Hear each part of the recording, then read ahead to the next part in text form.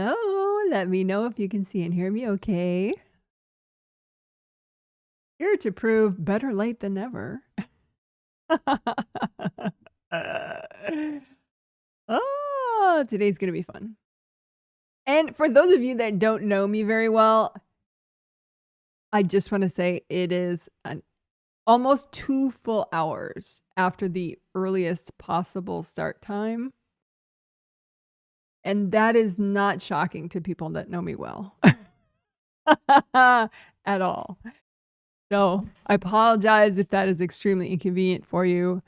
It does not seem to be a quality of mine that's going to change anytime soon, however.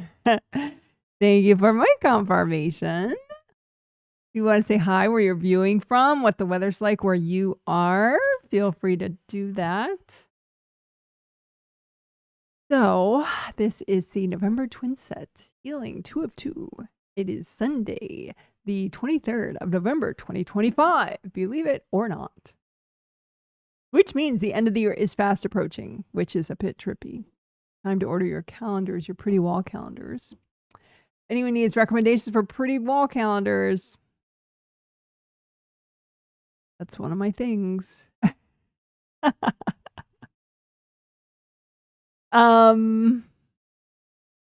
So discipline and goals, discipline, taking consistent action, working towards and achieving your goals. That is what we're working on this month in the healings that we've been doing. This is the final healing of this month, final group healing that I'll be doing this month. And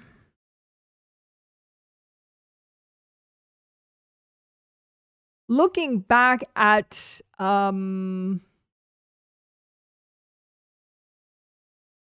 well, yeah.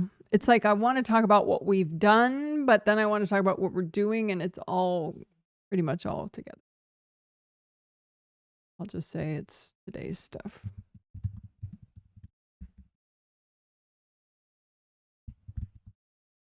Okay, so in today's healing, what are we doing? Of course, we're doing the 5 essentials, which are really important. Grounding, aura repair, chakra repair, creative ring repair, and back here stuff, base of skull, acupuncture points, and good karma windows, which are like back doors to your astral body. Astral is spelled A-S-T-R-A-L, by the way. Astral body. I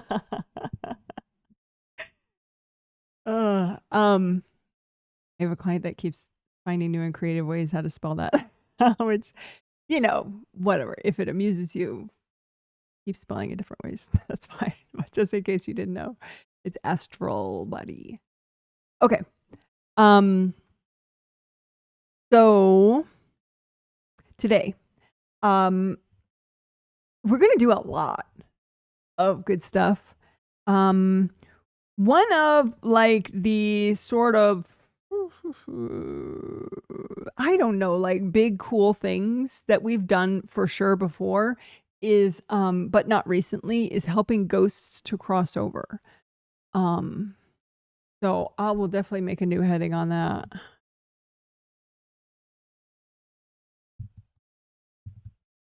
Though I will try not to explain too much now and explain more just in a nutshell as we're doing it. But briefly, what are ghosts? Ghosts are like you and me. They're human being spirits, except their bodies have already died. And they did not see their angels, and therefore, when their body was dying, and therefore they did not cross over. It's very rare. You could be, you know, you could never meditate. You could be a bad person, whatever. When you're dying, most likely you will see your angels as you are dying, and whoop, it's so easy. You just, it's like kind of this automatic process that happens. You follow them up, they take you to heaven, la la la. It's all beautiful. You get your life review, you get all these healings. Even bad people, fun fact, even bad people go to heaven. Bad people, people that have done horrific things to others go to heaven, because unlike the sort of Christian idea of good people get rewarded, bad people get punished, there is something like that, like karma is real, but the punishments usually come during a lifetime, not in heaven. Heaven is just resting and healing and preparing for the next life. And the people that have done great harm to others in their lifetime, or great harm to themselves, they need the most healings, so that they're not so vulnerable to darker forces, to, malevolent forces in their next lifetime.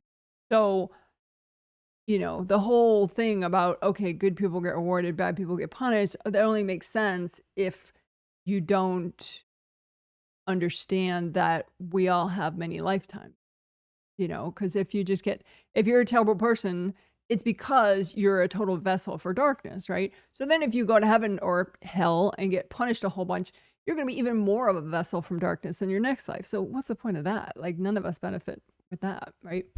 So whatever, long story short, everyone goes to heaven. So if you have revenge fantasies about bad people, sorry to let you in on that, but but karma is real. So it just takes a lot longer than generally people want it to. So the idea of instant karma, it can happen, but it's not the norm at all.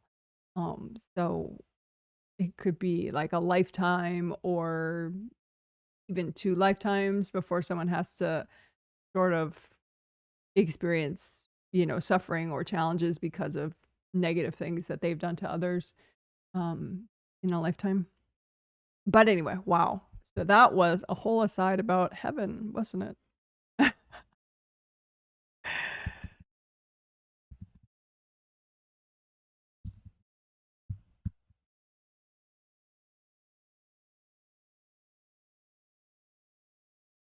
Explaining ghosts, heaven, and no hell. All right. So now,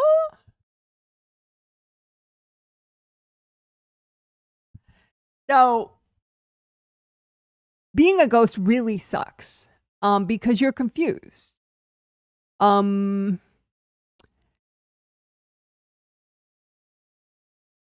lot of the times, a ghost doesn't exactly understand that they're dead, which I think is why people tend to have negative experiences with ghosts, because the ghosts are very insistent and maybe even get irritated at something, and you can't imagine why, and you just sense that something's irritated with you, which is disturbing because you don't know what it is and you're scared, blah blah blah, right? But it's like if you don't know that you're dead and someone's moving into your house and giving away your possessions, you'd get pissed, right? Like if you don't know that they're no longer your possessions because you don't know you're dead, you might be a pain in the ass to someone who is giving away your stuff,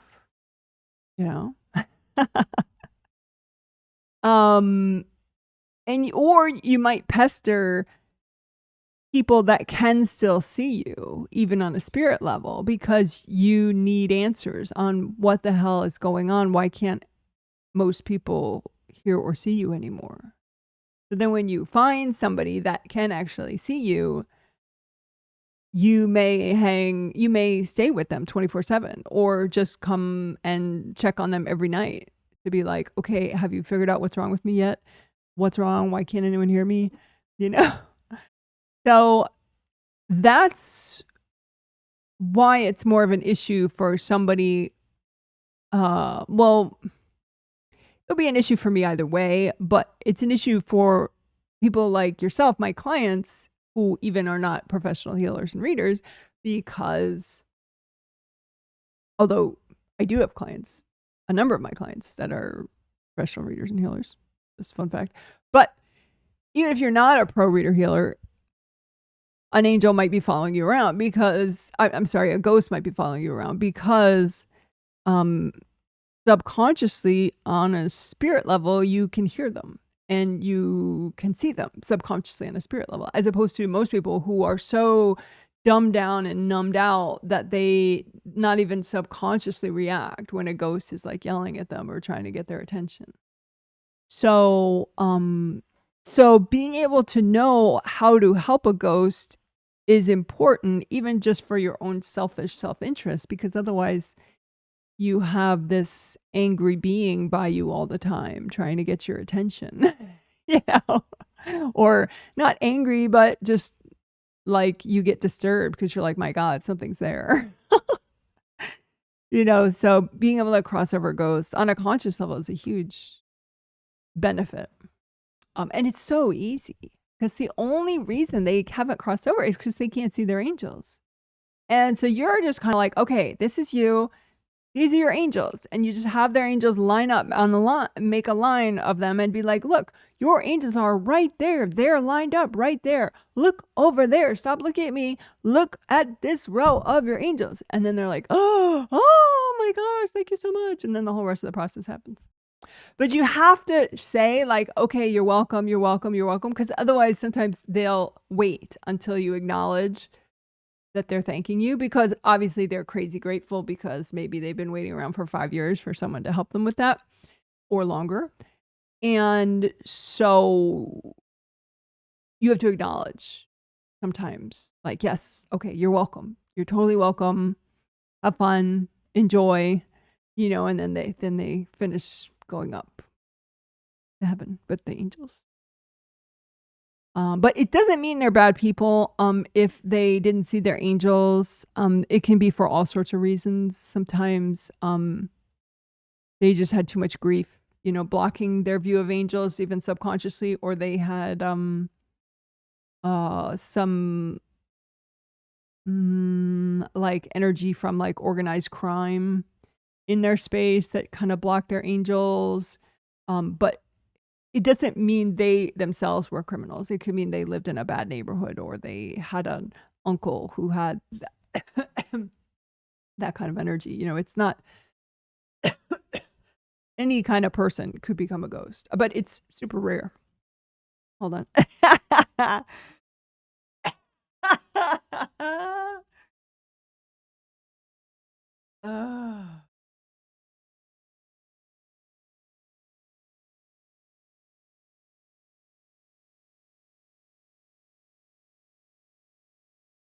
I had a few find me just then. They don't mean to be invasive. They're just, they're just looking for help. So anyway, but sometimes I notice, like in the surveys, people are like, oh yeah, I have this, it's hard to get to sleep, or my husband gets really anxious when it's near bedtime, or blah, blah, blah, blah, and sometimes it's like, oh yeah, he's got 2 ghosts that he picked up. And it's just something that can happen. And again, they're not harmful in and of themselves. It's just that, people don't understand what it is. And so therefore they may feel scared because they don't know, and they feel something, but they don't know, and, but anyway, it's easy. So that'll be nice. We'll do that during the healing. And it'll be its own chapter. So you can go right to it and use it like a walkthrough whenever you need to. I mean, it's such a simple process. You might not need a walkthrough once, you hear it once. But, in case you do need a walkthrough, I'll try to make it very concise so you can use it as a walkthrough later if you need it. So that's one thing we're going to do.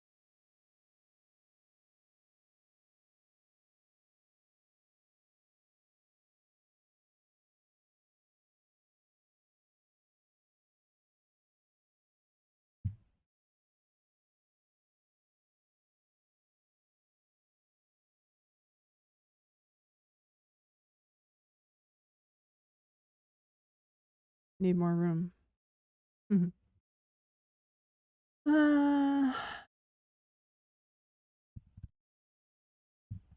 Okay. So this is sort of chapter 2 in the book that doesn't exist, that I have not written about curse maintaining beings.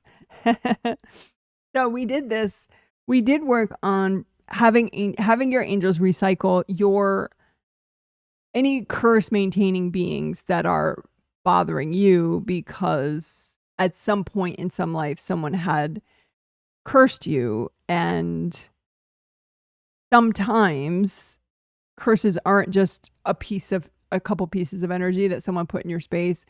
It's kind of a crafty, clever, invasive being with the devices, so that the invasive being keeps putting the devices back in if you remove them, on any level, or keeps like courting the devices and kind of juicing them with their energy. And so it's like it has a much more dramatic effect than those beings I call curse maintaining beings. And it's easy to get rid of them, but the thing is really just knowing that they exist and checking for them. Because if you don't know, then you just think, well, why do I keep getting the same silver set of spears in my left upper back by my shoulder blade? Why do those silver spears, I removed them, I know I removed them, but then like 3 minutes later there they are again? What's up with that?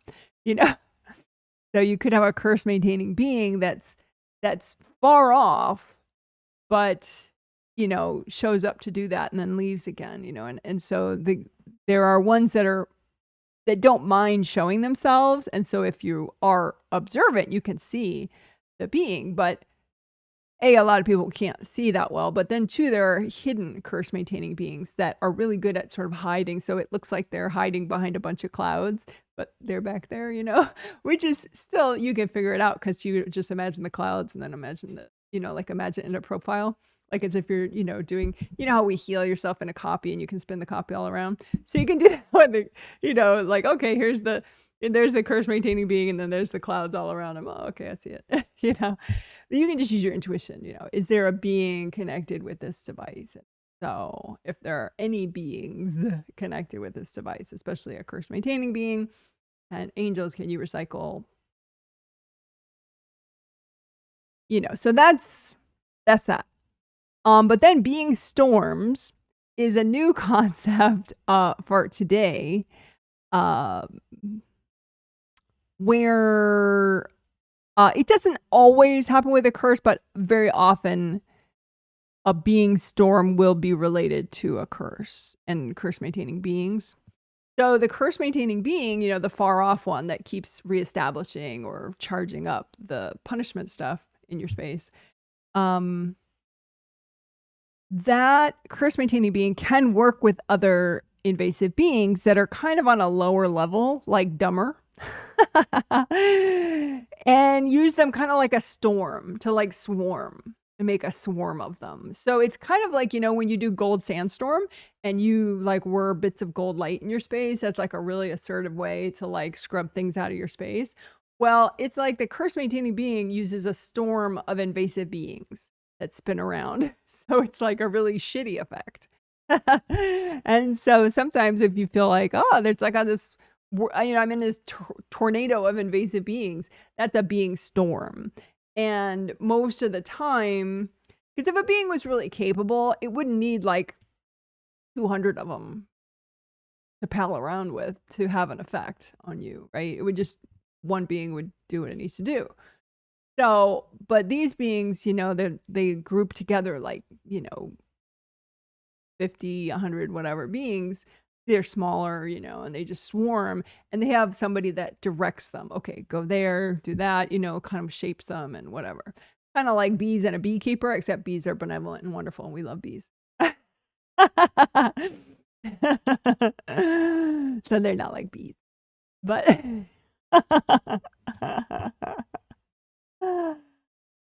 but maybe if bees were really mean and bad.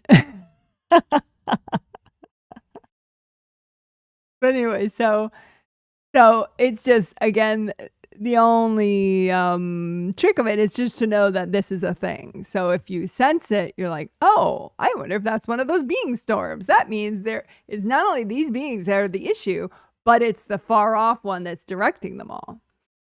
And so then you ask your angels. So then that one, the far off one, is the one in charge. And that's the one you really got to get.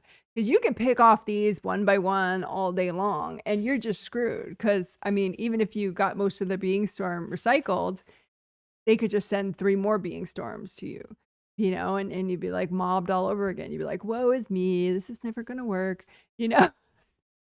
But if you just say, okay, well, I'm dealing with, 10 different being storms right now, 10 different tornadoes of a whole bunch of beings in each one. You probably won't, don't worry.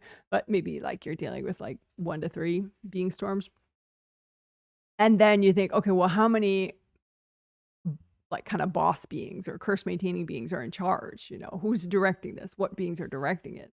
Maybe there's only 1, 2, or 3 beings actually directing it. Those are the ones you get recycled. And you say, well, angels, those are the ones you'd be sure to get recycled. You know, and then as you make that request, you say, well, angels, can you please recycle those curse maintaining beings and all the beings they're working with? Right? So then that's the catch-all that gets the being stormed out too. I hope that makes sense. And I hope it doesn't freak everybody out. But I was pleasantly surprised that people were not overly freaked out when I was talking about curse maintaining beings in the second healing of the set of 3 earlier this month. So hopefully the concept of being storms does not inspire mass panic either. It's one of those things where it's like a slightly disturbing concept, but very pleasant to get rid of the being storms, you know? So I think energy healing is like that a lot, you know? When you take out the trash, it's unpleasant to even know that the trash exists, but then you're like, ooh, so much better. No, that's true with being storms. Life is better without them. But the point is that a being storm is directed by just one being.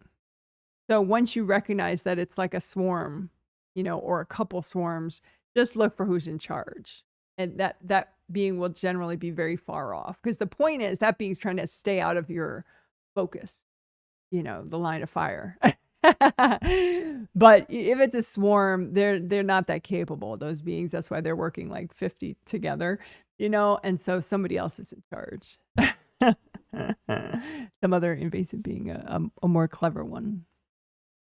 But they can all be recycled, which is fabulous. By your angels.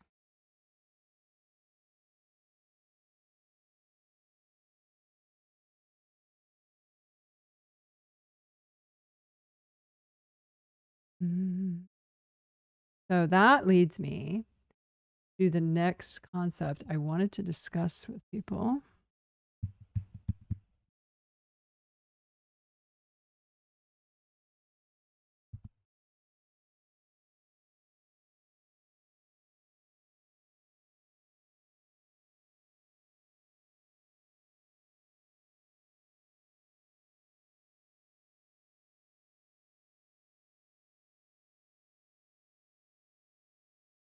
Okay, so this topic is relevant for people that just heal themselves or people that heal, you know, on a unpaid personal level, like maybe heal one of their kids or something, or their sister, or, you know, whatever, or people that, you know, heal, are professional energy healers, healing one-on-one.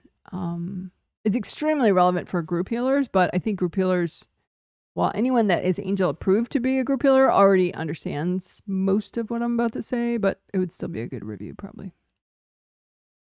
So anyway, when you do energy healing, it is easy for invasive beings to notice what you're doing. It is easy for angels, of course, to notice what you're doing as well. So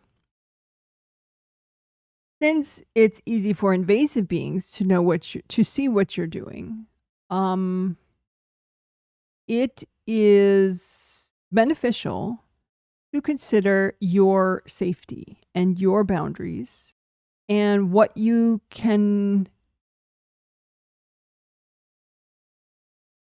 strong enough to handle. So the stronger you get, the more you could handle backlash or invasive attention from invasive beings. So, for example, a professional energy healer who heals people one-on-one, or even a professional psychotherapist who works one-on-one with people about their mental health issues, would need stronger energy boundaries than just someone who heals themselves in their house and doesn't have like a helping profession. You know, maybe they're an architect, or they're, you know, a writer, or I don't know, an accountant. So it's just, and one thing is too, that when you get healings from me, sometimes, you know, that's involves a lot of repair work, and even getting invasive beings out of your space. So that has a kind of protective effect in a way, because you're getting repairs from these healings and you're getting invasive beings removed during these healings. So, but it's good to realize, like, still be aware of the attention that you're getting from invasive beings because of your healing work on others. If you are doing healing work on others in any capacity. Because, you know, I only heal you 5 times a month. Sometimes there's a bigger gap. Sometimes there's a 2-week gap in between healings. Sometimes there's a 1-week gap. You know, heaven forbid, someday I take a giant vacation and I inform everyone in advance and, you know, pause the payments, whatever, so it works out. You know, you want to be able to handle the heat that you are receiving from invasive beings that you're getting because of the healing work you're doing. You know what I mean? Like, know the impact of what you're doing. Know the invasive being attention that you're attracting. So, I think that's, you know, also, like, when you're driving a car, you know, like, physical safety is a thing, you know, and energy safety affects physical safety, especially when you're driving a car. There are invasive beings that specifically enjoy causing car accidents, like physical plane car accidents, that are more prevalent around freeways and expressways and parking lots and, you know, places where people are driving. So, you know, if you're healing your son in your living room that you clean out regularly, energetically, and, you know, your house is, you know, you always ask your angels to clean your house, whatever, that's one thing. If you're healing your son while you're driving on a freeway, that's a whole different level of risk that you're putting yourself under because of the environment in which you're in. You know, the invasive beings that are around that area, and the fact that you're driving a car, you already have safety. You know what I mean? Like, it's a thing. So try to be aware of that, and value your safety, and just thoroughly consider what you're doing and the pros and cons of it, and discuss it with your angels. For example, as I teach people more and more cool stuff, you know, like the asking angels to recycle curse maintaining beings, right? You might be like, oh, well, I want to do this for my entire family, you know, have the angels recycle curse maintaining beings for my entire family. Or how about the class I'm going to teach? I'm going to, you know, have the angels recycle everybody's curse maintaining beings for the whole class.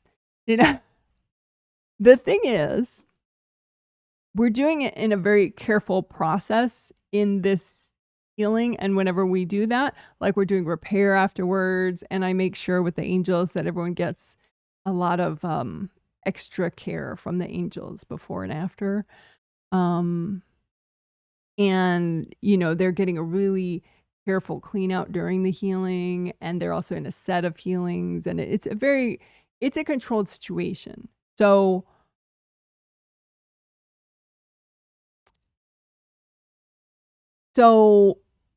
when we do we're going to work curse maintaining beings again, you know, having them recycled. But I think the safest thing to do for other people, and you can ask your angels, make your own decisions, but is to ask angels, well, angels, can you, like, if you think, say, your brother needs this kind of work, unless you want him to buy, you know, you can buy him a set of healings between now and the end of the year, because we'll do it in each set throughout this year. But you could just say, angels, can you help my brother learn about this stuff? You know, that way you're not initiating the process like by saying, angels, please recycle my brother's curse maintaining beings. You know, because that sets off quite a large chain reaction and he might not be ready for that. Sometimes your angels might just be like, no, that's not healthy for him. But if they do it, then that would be weird karma for you because you would have just kind of nudged him into a big set of growth that he's maybe not ready for. So just so you know, like it's a bigger thing that we're doing. It's easy to do. And obviously I try to teach it in a really light and fun way, but just so you know, it's like, it's a bigger deal, like spiritually. And furthermore, if you were to do it for others, that's going to be noticed by invasive beings because it's a cool thing, you know, and invasive beings will be like, woo. So, you know, they might want to jump in your space then after that because you're cool and you have a lot of energy and wow, you can do things. Wouldn't that be fun to be in her space? You know, so just so you know, it's one of those things that would get you noticed if you were to do it for other people. If you do it for yourself, it's not the same thing. It wouldn't add to a risk level for you personally. It's just if you do it for other people, there's these karmic things and safety things to take into account because it would be quite noticeable. So, but the safest thing is if you just directly ask your angels only and just say, angels, you know, if any of my family members would benefit from this curse removal stuff and the curse maintaining being removal stuff, can you work with them on it?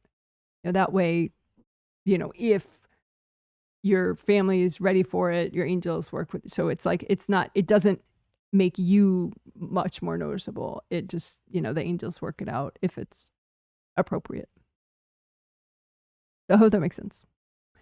But yeah, safety as a healer and what gets you noticed, what doesn't. Obviously, well, I haven't said it in a while. I used to say it all the time. But group healing, like even if you're just as an unpaid, you know, mom, energy healer, healing your kids, if you heal 2 kids at the same time, any 2 people at the same time, yourself and somebody else is 2, it gets you noticed quite a bit more.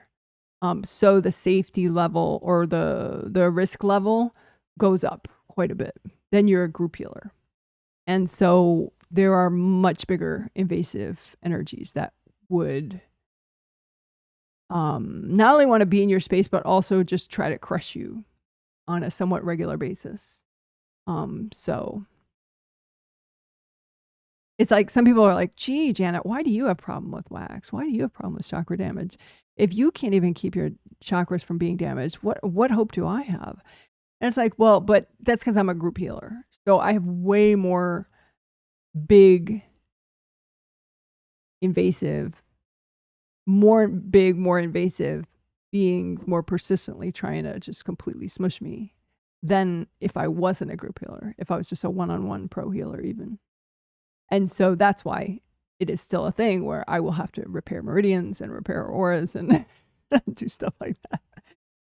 Because the pounding is quite significant. So just so you know, there is quite a difference between, you know, healing one person at a time versus healing even 2 people at a time. It's just you attract way more attention. But then also like the location, where are you when you're doing healing, also affects how much you're noticed, you know, safety and risk levels. I hope that makes sense. And if you do have questions about safety stuff, you know, you can post it and we'll, you know, if we have time to get to it at the end of the healing, we'll do it, or you could post it under this video later. I'll post a reply.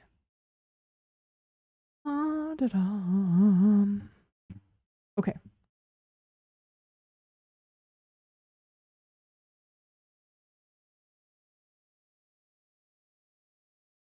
Oh, and while we're still talking about safety, helping ghosts to cross over.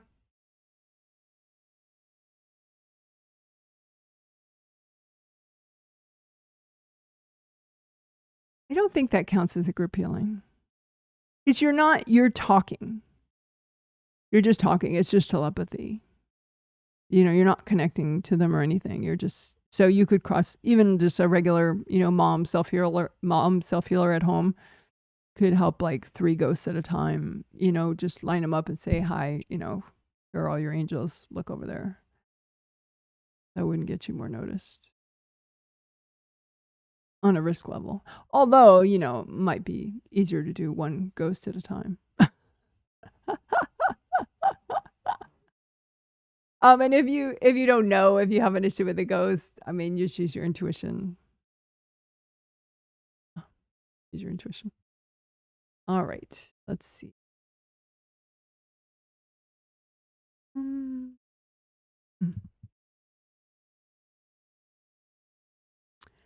Okay, so we did work on identity. I called it, and I.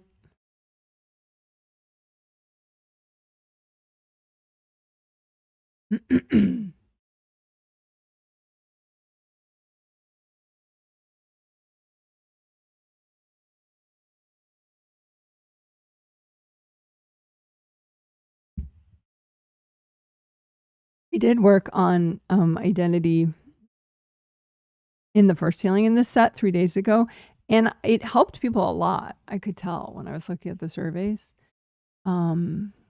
We sort of sorted out. We had people spread out the stuff that's impacting their identity, and then sort it as far as what benefits them and what doesn't benefit them. Because some of what doesn't benefit you could be your stuff and not necessarily from your dad or your mom or whatever. It could be your own past life baggage or whatever. Or, you know, baggage from junior high gym class or something. But anyway, you know, we cleared out the non-beneficial stuff in your identity space. And that helped a lot of people, I think. But so we'll do different stuff, but with identity today too. Identity is, if you had to pick one of the major 7 chakras, it would be your 7th chakra, but it's also a little bit of your heart chakra involved as well. 4th chakra, self-love, self-care, enthusiasm, motivation, compassion, blah, blah, blah. 7th chakra, identity, confidence, goals, creative inspiration, empowerment. So speaking of empowerment, that's part of the identity work we're going to do, is we're going to look at, do you have any victim energy in your identity space? Or is it all like empowerment, supportive stuff?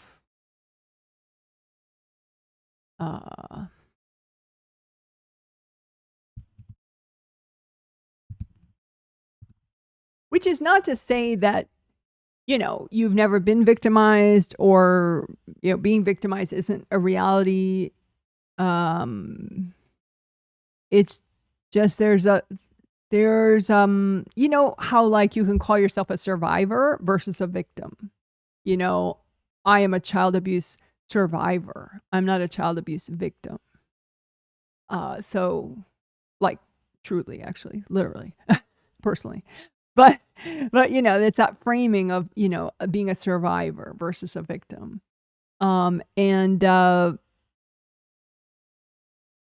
There is this sort of thing where it's like, oh, don't victim shame or don't victim blame, you know, it's not the victim's fault. And yes, that's true. However, on a spirit level, there is a little wiggle room with that. Not that it's their fault, but that it's like the universe responds to the energy that you have within your space, even if it wasn't your fault that the energy is in your space. So if you have victim energy in your identity, you are more likely to get victimized over and over and over and over again, even though it wasn't your fault to get the victim energy in your 7th chakra in the first place. But because you didn't fully process what happened and kind of find your power with it and your non-resistance with it, you still have remnants of it, and that attracts more of it. You know, it's like what you resist, you attract. So it's not fair, but life has nothing to do with fairness. Like energy wise, it's way more ironic than fair, right? That's what I say often. So hope that makes sense. There was this one person, I had a client once who I became like the worst person on the planet to her when I mentioned that she needed to clear some victim energy, and I gave her the link to a video where we clear victim energy. Because she heard that as, I'm blaming her and, F you, you evil, arrogant person, how dare you, blah, blah, blah. So like she has a vendetta against me now for like the rest of her life over it. Which is unfortunate, but explaining did no good. Sometimes, if someone has an especially blocked heart chakra, you'll find that where like they have a lifelong shit list. And if you get on it, you ain't getting off. It just is what it is. So sometimes you'll notice that like someone really has like you may not realize it's that their fourth chakra is super blocked, but that's what it is. So like if you do have a helping profession, it's just a good thing to kind of keep in mind. Not that you can really do anything about it. I mean, the ideal, I guess, is that a person like that eventually gradually clears all the baggage in their fourth chakra, because if they don't clear enough of the baggage in their fourth chakra, then eventually you'll do something that they'll mishear, and then you'll be on their lifelong shit list also. Because like having a lifelong shit list and having a really blocked heart chakra is like, they go hand in hand. So at first you're the savior and everyone else is a villain, but then one day that switch gets flipped and now you're the villain too. And that's it. Like blocked heart chakras have a lot to do with like holding grudges and stuff like that. So of course, this isn't in the banner, but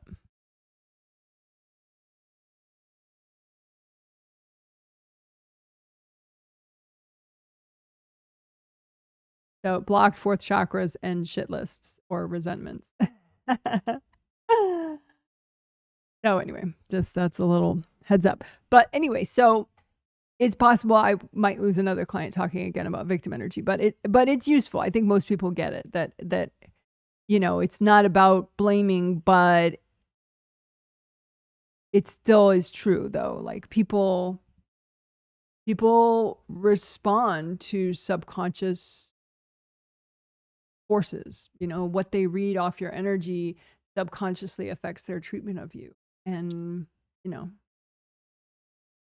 what it is. So we're going to help you clear out any victim energy. And not only does it affect how other people treat you and what you attract into your life, but it affects like how you process your experiences. So like, say you try to do two things today, right? And both of those things do not go the way you thought they would. If you already have a lot of victim energy in your seventh and your fourth chakra, then you are likely to consider the day a total fail, and that you, therefore, are a total failure, right? Whereas if you don't have a lot of blockages and victim energy in your fourth and your seventh, you're much more likely to find a glass half full, more motivational, strengthening way of perceiving what happened and learning from it and motivating yourself forward. So it's a big deal. So anyway, we're going to use it to work. We're going to work identity, which will be seventh and fourth related, but because it can be a bunch of different chakras, we're just going to work it at that level of identity. And you have victim energy in the way of your empowerment thoughts and actions. And another one that I want to work, also related to identity,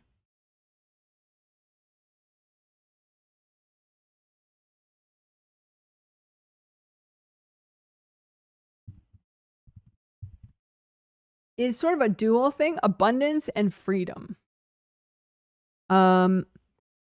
They can all be linked up to your identity in your identity space. So you could there's sort of a thing where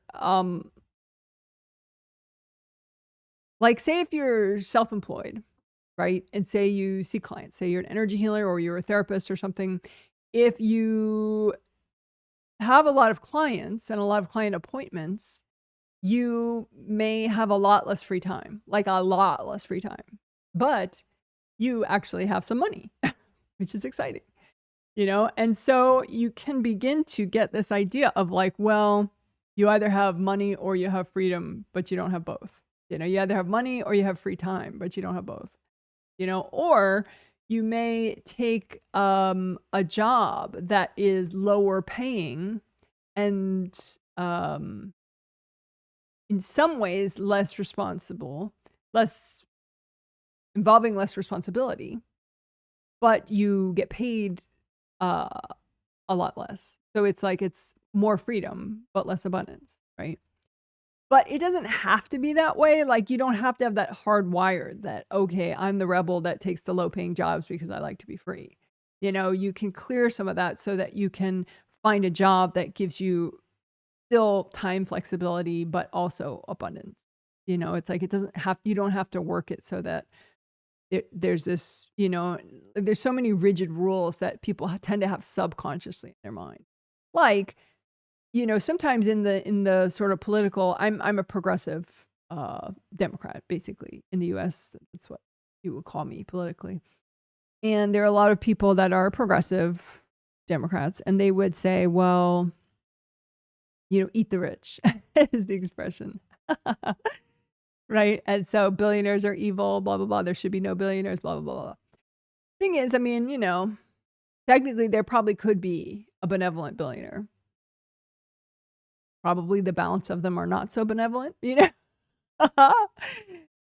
But, you know, it doesn't have to be that to be a good person, you're poor, you know, or to be a good person, you can't be like even middle class, or you can't be, you know, a millionaire if you're a good person, you know, like some people will be like, oh, Bernie Sanders, you know, occasionally there's somebody who's saying like, oh, Bernie Sanders, a bad person too. He's a millionaire. Didn't you know? You know, and it's like, well, you know, the thing is, okay, so that's just talking about other people, right? But maybe you've internalized that. And so you're like, well, I'm a good person and that's why I don't have a lot of money. You know, I'm not one of those evil rich people, right? And so if you have that hardwired in your identity, evil rich people, you know, then it's like you'll subconsciously steer yourself away from, you know, abundance energy, you know, and you could still, you know, because abundance has a lot, it's sort of a complex thing. It can have to do with the timing of things, you know, like maybe you have a large bill, but it doesn't come until you get this windfall first, you know, and so the timing of it is really nice. So there's a lot of finesse, financial finesse that can come with abundance. But if you have this thing in your identity space, it says, well, people that have abundance are bad, selfish, evil people. Then, you know, you're not really opening up yourself to that level of abundance finesse. So, anyway, so that's one of the things that I would like us to work today. And if I stop talking at some point, we'll have time for it.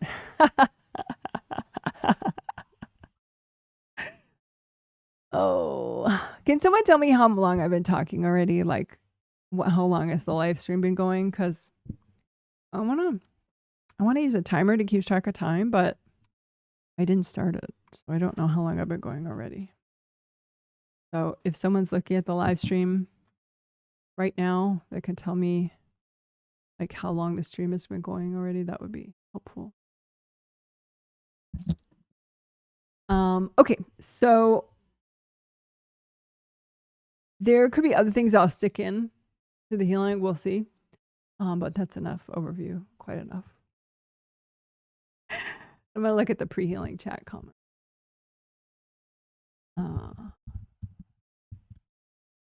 And then I'll do 3 minutes of quiet. And towards the end of the 3 minutes of quiet, I'll start healing. You'll see me go like that. That's how you know I started healing. And then after 2 minutes or so of silence, then I'll talk as I heal. And so the whole rest of the healing, I'll say what I do as I'm doing it. So you could use it as an all levels self-healing walkthrough if you wish. even if you're an adventurous newbie or if you're a pro super duper healer. There could be interesting stuff for you in this healing. Oh, we get a time comment. Thank you very much. Hello to you. 48-ish minutes. Okay, well that's good to know. So 48-ish minutes so far, and then I will start my timer. Yeah. Thank you, thank you.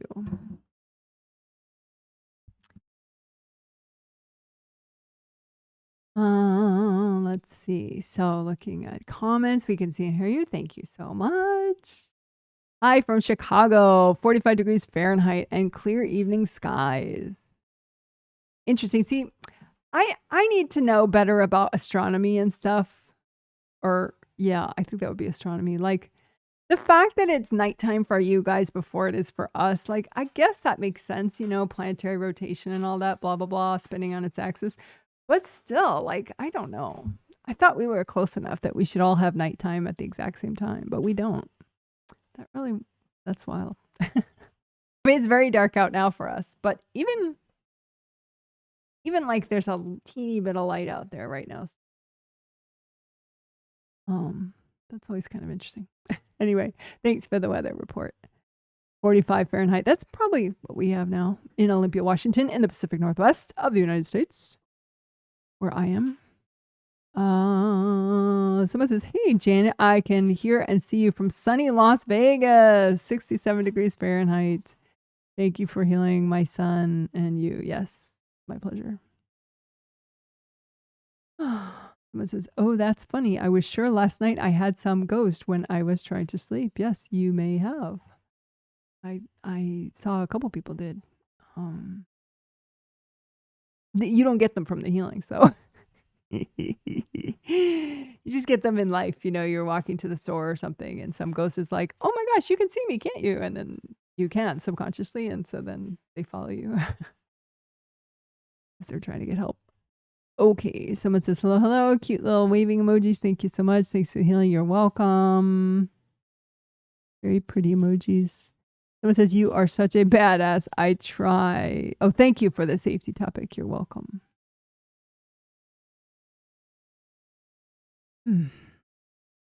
Hashtag Felix. Yes. My husband's kitten. Felix is behaving himself. He's right there. I'll show you. Felix is right there. If you look over where the camera is right now, on the top of the cat tree right there, there's a peach colored blanket, and he's on top of the peach blanket. I don't know how well you can see him though, but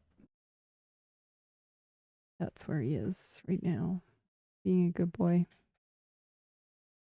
Sometimes he sees my hands move and my wonderful keyboard, and he can't wait to get in the middle of all of it. But we'll see. We'll see how lucky I get. And thank you for the time report. That was nice. All right. Oh, we're going to have 3 minutes of silence. Nice for me, at least. You?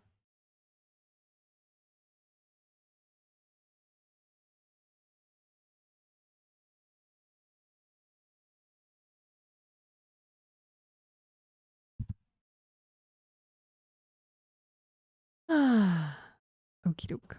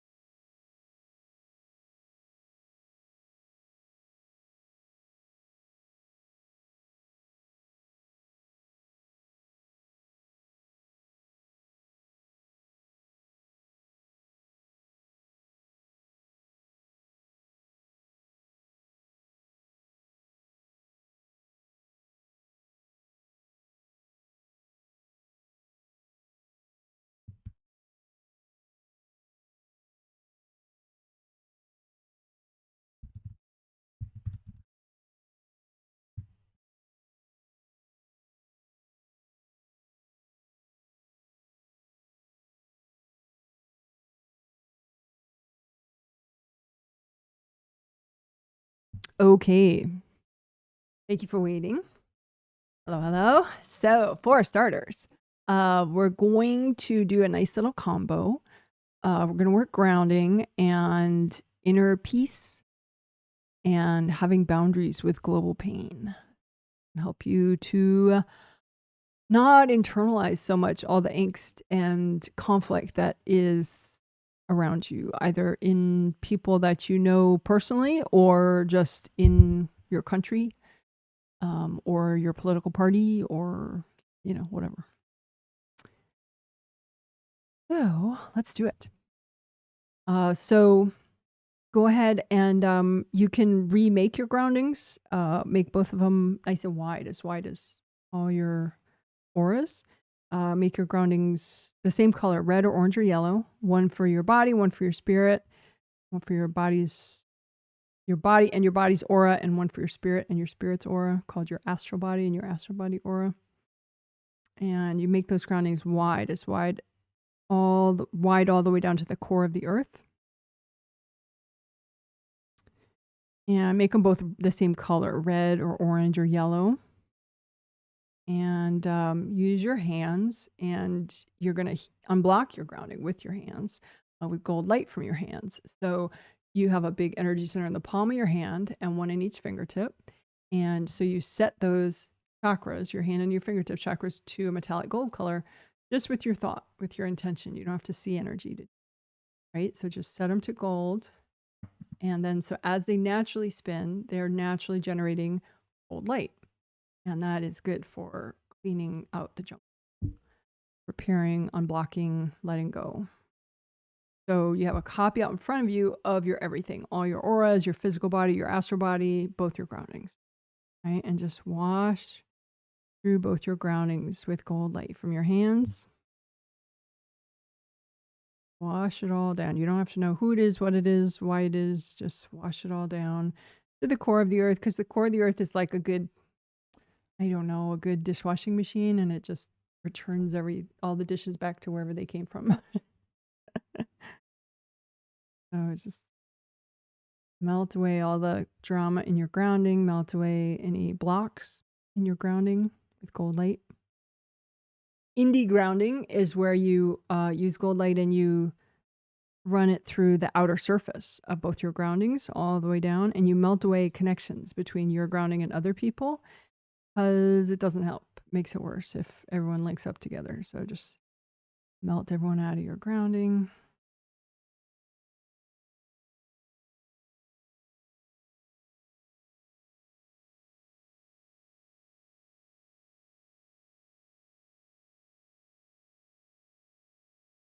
And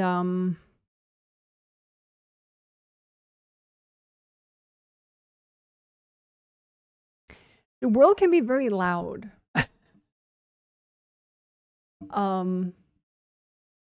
Like people can be yelling in frustration on a spirit level, even nonstop, but they don't know it consciously. And then you're around it, and subconsciously it's like traffic noises, but it's people. So how do you have inner peace if the world keeps screaming? People in the world just keep, having their fights and whatever psychically, and it's loud, right? So non-resistance and flow within your space allows you to have a unique ecosystem just within yourself, so that the noise doesn't come in, right? But if you're too beat up and messed up, it doesn't work that way, and it all comes in. So let's clear any blocked energy that messes with your sort of natural sound barrier, right? So just put out in front of you any energy blocks that are messing with your sound barriers, your sound boundaries, right? So have the blocks out in front of you. Imagine them like big rocks or big bricks, and just melt away whatever baggage, blocked energy is in your space that's messing with your flow and your sound boundaries. Melt away anything messing with your sound boundaries. You want to be able to just have your own inner climate. Hear yourself think. Wouldn't that be nice if you could finish one of your thoughts all by yourself? Wouldn't that be nice? So again, just imagine any energy blocks that are messing with your inner tranquility, your inner silence, inner peace. Melt those blocks. And sometimes you may have a part of you that's like, well, but I don't want to deal with that right now. Yeah, sure, Janet. If I melted that away, I would feel more peaceful, but I just want to pretend it's not there instead. So you may have a part of you that's so avoidant that it's not really working what we're doing, right? So let's heal the parts of you. You can imagine like little mini yous that are sort of like anti progress for you. It's you, but it's a part of you that's like, I can't change. I can't handle anything. Right. And so just imagine those parts of mini yous, those little mini yous, right? Little version of you that just can't handle growth or change or healing or dealing with anything or, because those parts you need a healing. It's not that those parts of you are bad. They're that way because they're overwhelmed and they just need healing. So just imagine those parts of you that are most resistant to the idea of having tranquility, the idea of, unblocking and healing and transforming yourself. Imagine those mini parts of you that are like, no, I can't change. And just feel those parts of you. Gold light from your hands.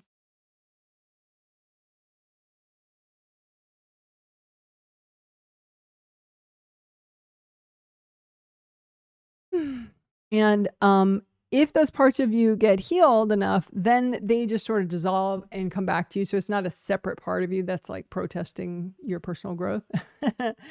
But if those parts of you are still protesting your personal growth, then just say, angels, can you help me finish healing these parts of me? And that way your angel's here and they'll help out.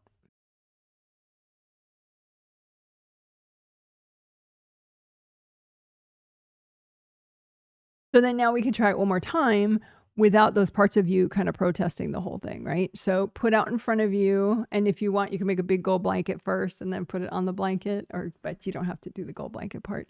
But just put out in front of you any energy blocks that are in the way of you having sound boundaries with the dramas of the world. Any blocks within you that are messing with your sound boundaries, your inner peace, right? And just melt away that stuff. Melt away the blocks that weaken your sound boundaries, that reduce your inner peace.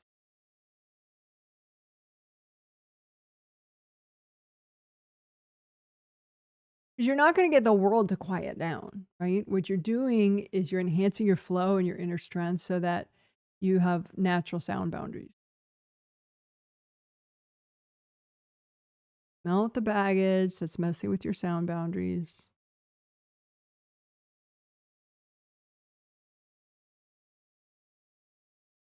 All right, good job. While we're at it,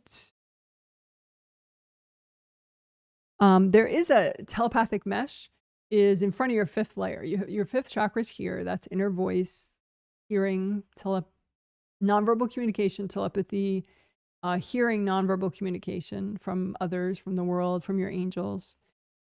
So your fifth chakra is important for inner peace. So you could imagine both your fifth chakras. There's all the chakras are shaped this way, open cylinder. So they're not this big though. But you can imagine your physical body and your astral body fifth chakras. You have two of them, and just imagine them like a copy out in front of you like this. And your astral fifth is inside your physical fifth if you're reasonably present. Looking like one copy, but it's really both. Represents both your physical fifth chakras and your astral body fifth. And just use gold light and wash everybody out, melt cords from people. So all those arguments that you keep hearing, just melt cords from those people so that the messages don't keep getting piped into your mind. Lots of gold light. We'll do chakra repair more later with chakra repair. But you just do now. And unblock. You want your energy to be able to flow freely through the chakra. So just melt away any energy blocks that are blocking the round openings of your throat chakra. And again, repair. You could have cracks or missing chunks around the round openings.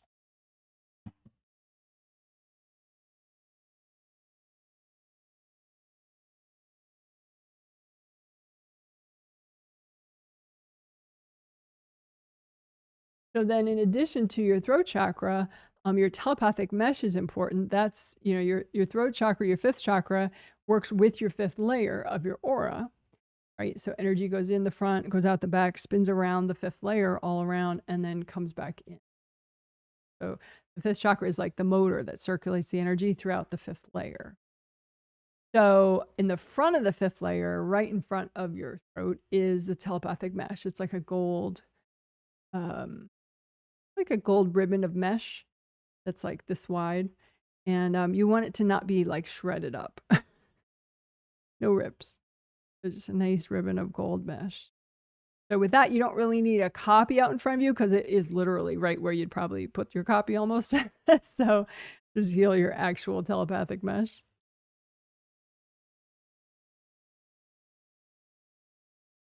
And melt cords going into it from other people. There could be some invasive people in your life that, you know, keep wanting you to think about something. And so they've corded your telepathic mesh. It's a very invasive way to communicate on a spirit level. So just melt away all those cords, melt away any blocked energy, repair any rips.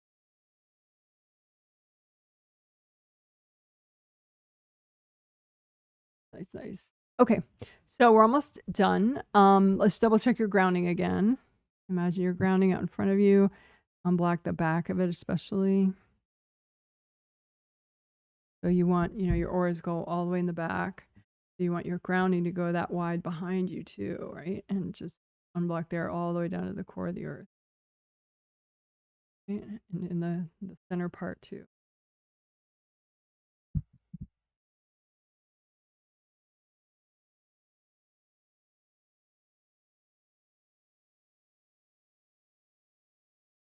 I guess since we already did the throat chakras and we did the telepathic mesh, we can do the whole fifth layer, so why not?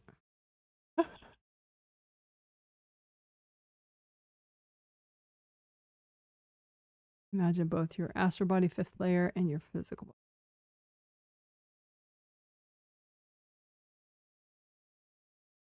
Astral body aura fifth layer and physical body aura fifth.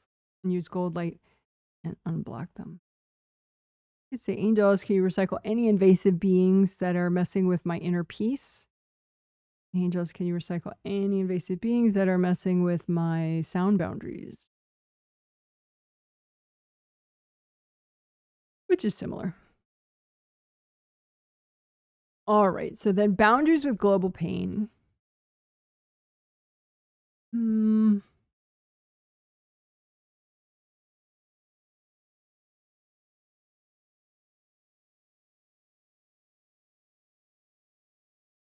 We did it before where we unmatched global pain.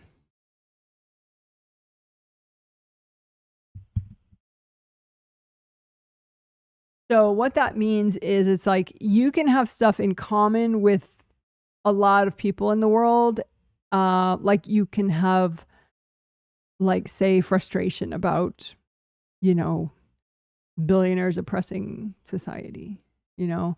And if everyone has that, it's possible to kind of link up with that in a negative way, not in a like, yes, let's make positive change happen in the world, but like, okay, we're all sharing our frustrations and running them through everybody, you know? And obviously that is not productive, right? To just run global pain through you, you know, it's going to be painful, right? So you can just imagine yourself, right? Don't heal everyone on the planet, just yourself. And just imagine the energy blocks that you have within you that make it hard for you to have boundaries with global pain, like with everybody's pain, right? So just imagine the blocks within your space that if you clear them, you'll have better boundaries with people's pain, right?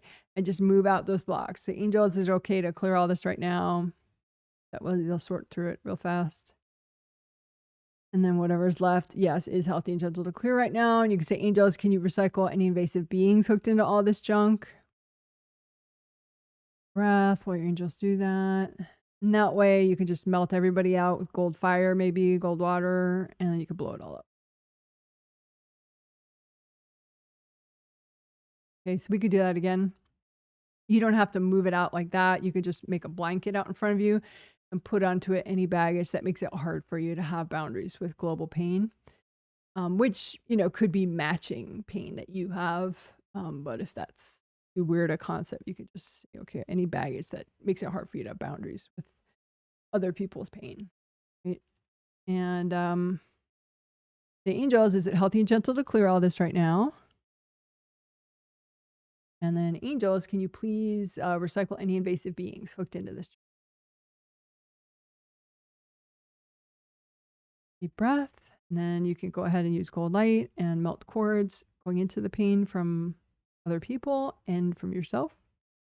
And then use gold light and just wash out everybody's energy from the pile. So much gold light that the whole pile melts. Or you can blow it up. And if you have any left over, just wrap it up in gold light. Give it to your angels. Angels, can you help me with this?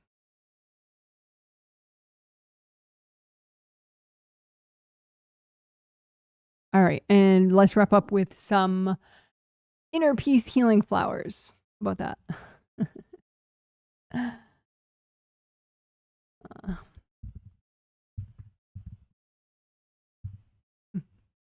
All right. So you can just use your hands if you want and make energy healing flowers out of universal energy, universal healing energy. And you can make them gold or rainbow colors or both, whatever vibration, and you just make them with your intention. Don't overthink it. Just make a whole bunch of energy healing flowers for yourself, whatever you need to nurture your own inner peace, right? And just tune them with your intention and gold light from your hand so that they're just the right vibration to nurture your own sense of inner peace. And say, angels, can you double check my flowers? And then give them to yourself. And breathe in. Let yourself know it's okay to receive healing from yourself. It's okay to heal. It's okay to let go. All right, let's do that one more time. So make as many energy healing flowers as you need for yourself. Tune them to just the right vibration to nurture your own inner peace. And say, angels, can you double check my flowers? And then give them to yourself. Let them go wherever that you need them. All right, good job, good job, good job. Woohoo! Yay. Great job.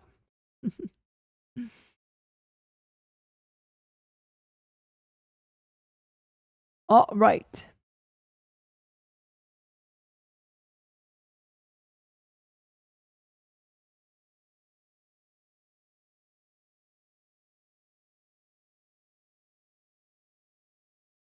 Later, sometime tomorrow, I will, perhaps late tomorrow, I will be making video chapters so you can hop around really easily.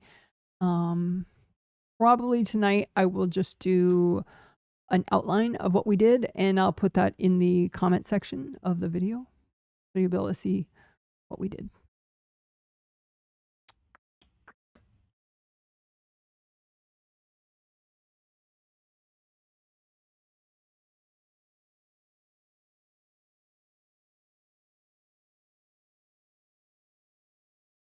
So that was not only working your grounding, unblocking your grounding, unblocking so that you have more inner peace and better sound boundaries. Did so much. And then we healed mini yous that were kind of protesting your growth. So we healed anti-growth mini yous. And then we healed fifth chakras and fifth layers and telepathic mesh. And then we got boundaries with global pain. And then we did inner peace healing flowers.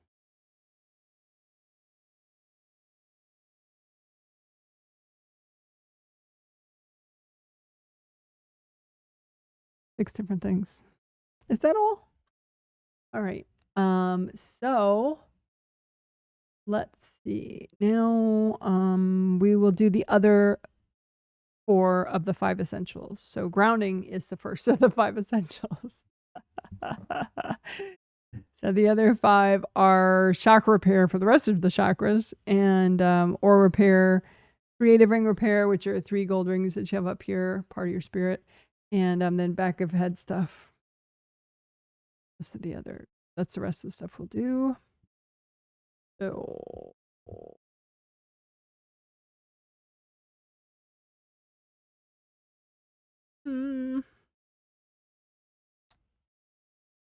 so let's do aura repair first.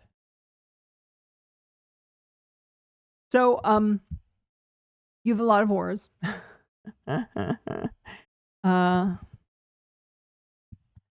So you have 17 auras: astral body aura, astral, A-S-T-R-A-L, astral body aura, physical body aura, and then 15 auras called Wei Chi auras, W-E-I space C-H-I. Wei Chi, it's a type of chi that you have as a spirit, strong boundaries energy.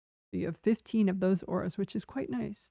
And they each generate gold light, which is helpful for boundaries, and also it gets sent towards your body and your meridians, so that can really help you to heal faster. Good thing. So let's heal all that. We'll hold the 17 auras, and we'll heal the gold mesh spheres within the Wei Chi auras. Blah blah blah. Let's do it. Okay, so all your auras are all around you. They're all, they're all in the same place. So it looks like a giant bubble that you're standing in, but it's really 17 bubbles in this. But you want those bubbles to be whole and not have giant rips in them, because if they have giant rips in them, or even small rips, energy leaks out and it's fatiguing, and it attracts invasive people and invasive beings and makes you not as fabulous if you have rips in your auras. Not quite as fabulous. So we'll repair all the rips in all your auras at the same time, because that's easier. So you imagine one rip and you say, okay, well, this rip represents all the rips that I have in all my auras right now. And then we'll repair this one rip. And since it represents those rips, it will, as you do it, it will repair all those rips. So this is called your composite copy rip, the image that you just created, okay? And then, so you clean it out first with sticky gold wax. So that's gold light from your hands that sticks to whatever's not you and makes like a lump. So it's easy to get rid of a lot of junk at once, right? So fill up the rip with sticky gold wax and lift out all that junk at once that's in there. Angels, here you go. Sticky gold wax. Lift out all the junk at once. Angels, here you go. Sticky gold wax. Lift out all that junk at once. What is that junk? Angels, here you go. Invasive beings, invasive people, and hard objects that were thrown at you that made the rip in the first place. Not always a hard object would do it. I mean, a hard object could do it, but sometimes people just blast with just energy. Bad karma, of course, any of it, but it's possible that people. Anyway, so now the rip is cleaned out. So use gold light to repair it. So get the gold light as deep as you can in your composite copy rip so that it starts to grow back. And for those of you that are aware of like Marvel movies, it looks like Wolverine, how Wolverine heals wounds. It's like one of Wolverine's special superhero abilities that if he gets like a knife wound or something, it just heals up like right before your eyes in the movie, That's what aura repair looks like. If you use enough gold light, you clean it out first, and it just heals up. Grows back your auras. Oh, that's cool.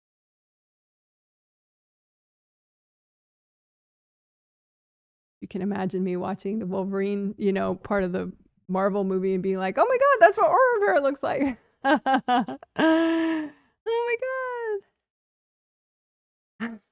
God.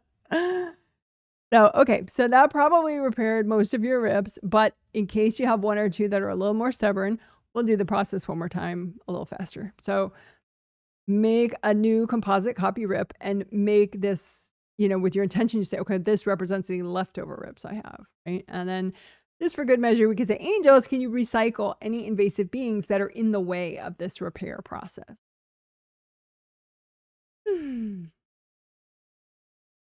And then the rest is the same. So sticky gold wax, lift out all the junk. Angels, here you go. Sticky gold wax, lift out all the junk. Angels, here you go. Get the gold light as deep as you can in there. So that just like Wolverine, it grows back. Your auras grow back.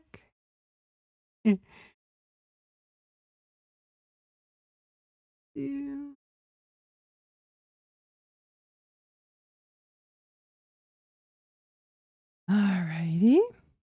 You can redo your gold buffer zones. If you don't know what they are, there is an 18-minute video where I am over caffeinated where I explain those.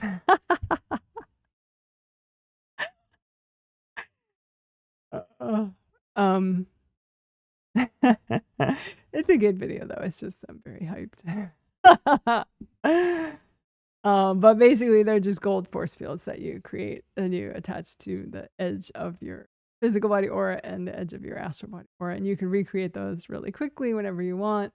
And they're buffers, so it helps to slow the rate of aura damage. If someone's hacking at your aura, they have to hack through those first, right? And then you can just recreate them fast. So there you go. All right, so, and then your gold mesh spheres, we can repair those because each of those 15 Wei Qi auras, they're filled with gold light. Why are they filled with gold light? How are they filled with gold light? It's because each one has 3 gold mesh spheres within them that constantly generate the gold light. But if, say, your Wei Qi aura got ripped and you repaired it, it may not have automatically repaired those gold mesh spheres.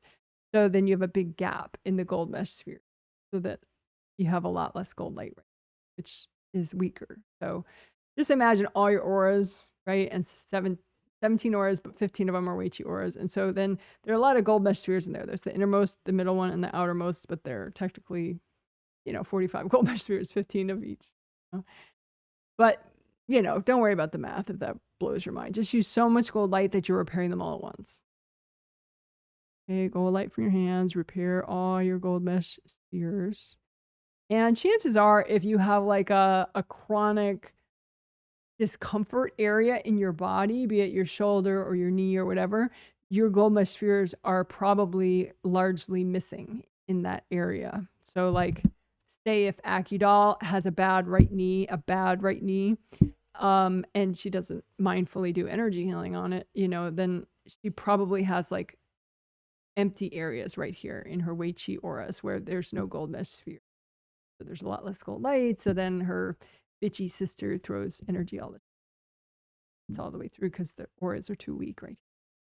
Right. So anywhere, just use gold light and repair, with your intention, all your gold mesh spheres everywhere, above your head, below your feet, around your knees, around your butt, around your tummy.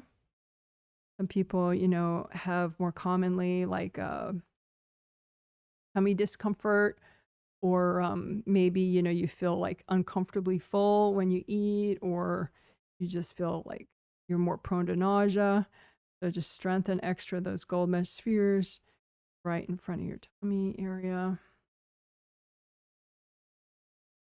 You're prone to headaches, double check. And extra gold light for the gold mesh spheres around your head.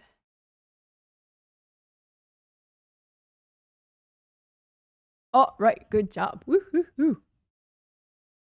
Let's celebrate. Did great. Woo! Yay! Oh, could you please give this live stream a thumbs up if you haven't already? It does help. Even if it's later as a video, it still helps.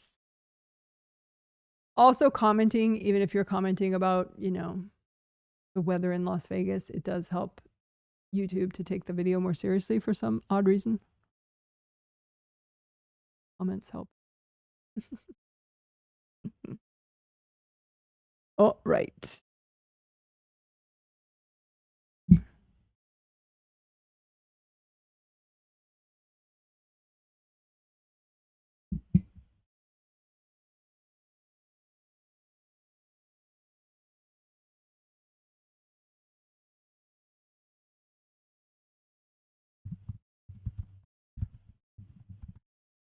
Okay, so creative rings. You have 3 of them. They are a part of you as a spirit.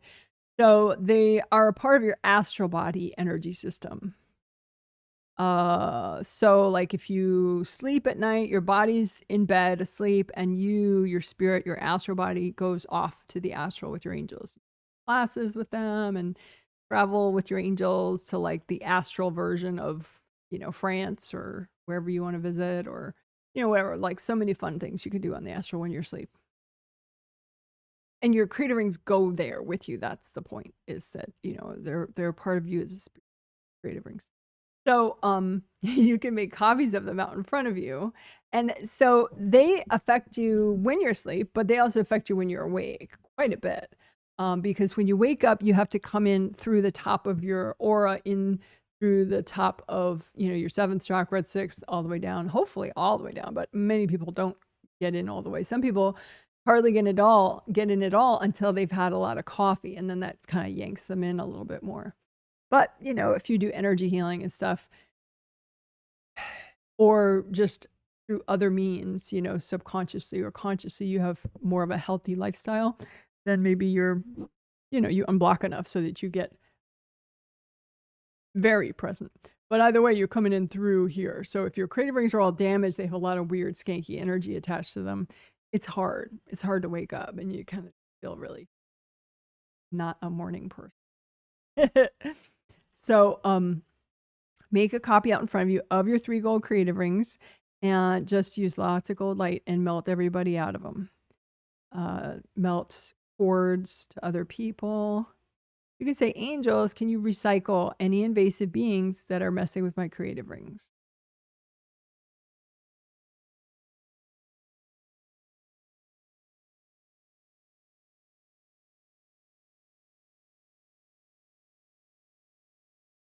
Now, this is when, before the healing started, I did that whole talk about safety, energy safety, and being aware of, what you do in your day, the places you go to, what you do when you go to those places. Be aware of like the energy impact, and if you end up picking up a lot of invasive beings because of a behavior you're doing or something. And, you get a lot of beings cleaned off of you in a healing like this. They could be attached to your creative rings, but then, during this healing, the angels recycle them. Your creative rings get repaired again. So you're safer. But it's good to know, from that empowerment, self-knowledge perspective, like, think about, well, are there things I'm doing in my day that expose me unnecessarily, or, through my choice of what I did, expose me too much to getting invasive being attention. Because sometimes if it all gets fixed in the healing, you might not really take your safety very seriously. But, if that's the case, then you're still sacrificing a lot of quality of life in between each healing.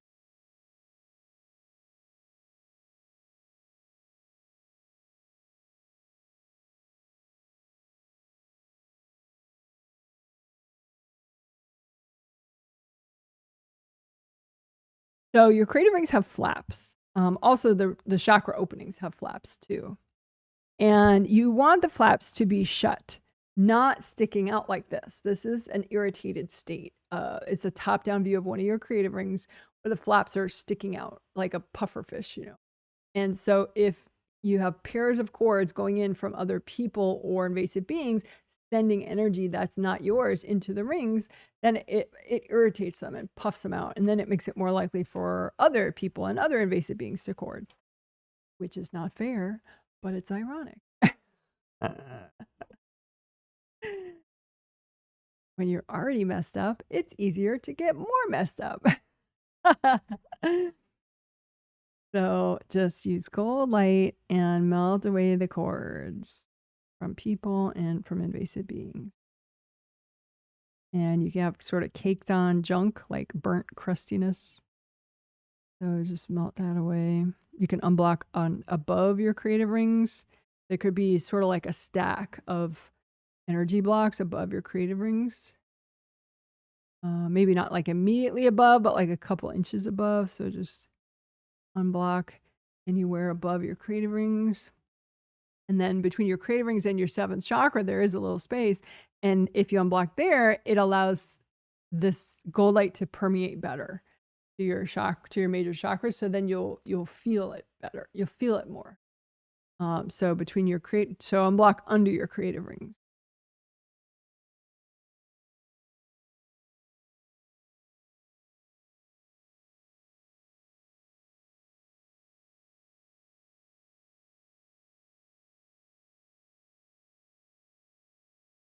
All right, good enough. Good job, good job.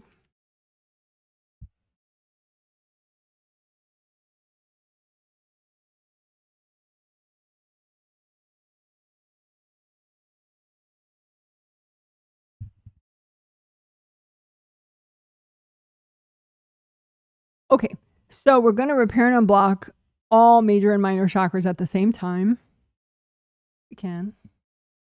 And that way you don't have to know which one is damaged. Although as you get like sort of beyond the newbie stage, maybe it's beneficial to be able to use your intuition and be like, okay, well, I just did chakra repair on everything, but I think my 4th chakra still needs more work, or I think my 7th chakra still needs more work. You know, because there could be 1 or 2 that is just like a more stubborn issue, and if you heal it by itself, then you know you can get it. But anyway, we're going to heal all of them at once. All meaning all major and all minor. So major are 7 astral and 7 physical along your spine. Minor is every other chakra, which includes all your acupuncture points. Those are chakras, and you have other chakras, you know, around each joint, around each major, through each major limb, you know, just to keep the energy moving, to keep generating energy. So you imagine all of them as one composite copy chakra. So this is the basic shape of a chakra. So you just imagine something like that and say, okay, well, this represents all my major and minor chakras of my body and my spirit. Basically all my chakras. And then just use lots of gold light, gold fire, gold water, whatever you prefer. You can make a big gold basin of gold light and just dunk it in the basin of gold light. Use like a gold bottle brush, you know, with some gold soap on it and just rub it out. You know, and it's a magical, gentle gold brush, so it only doesn't hurt your chakra, and it only gets out the stuff that's not you, that's healthy and gentle to get rid of. And then give all that prettiness on the gold bottle brush to your angels. Angels, here you go. Make another gold bottle brush. Clean out the other end of it. Give it to your angels. Angels, here you go. You can play around with the gold water, the chakra copy. Say, angels, can you recycle any invasive beings that are messing with any of my chakras? Is that a perfect request that you'll never have to say again? No, definitely not, but it's worth asking anyway. And then melting energy blocks. There could be energy blocks stuffed inside. There could be energy blocks around both round openings or wrapped around the outside.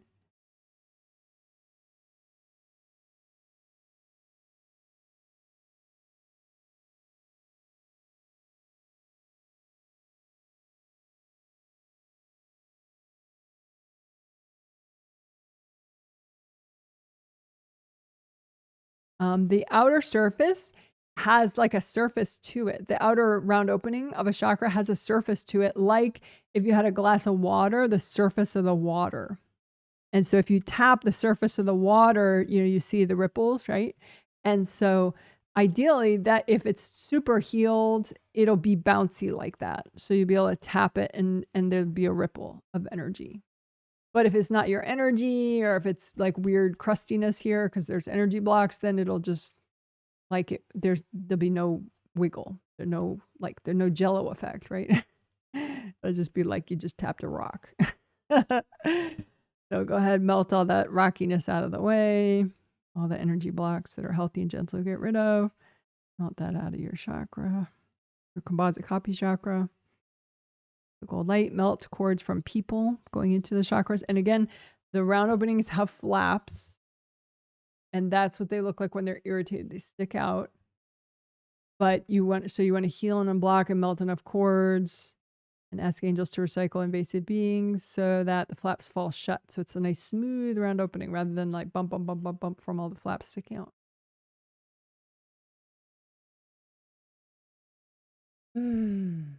Deep breath.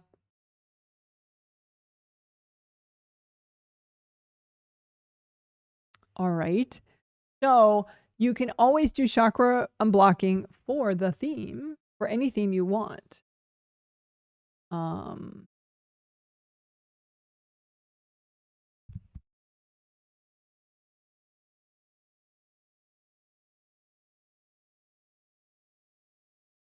I'll do a few just for fun.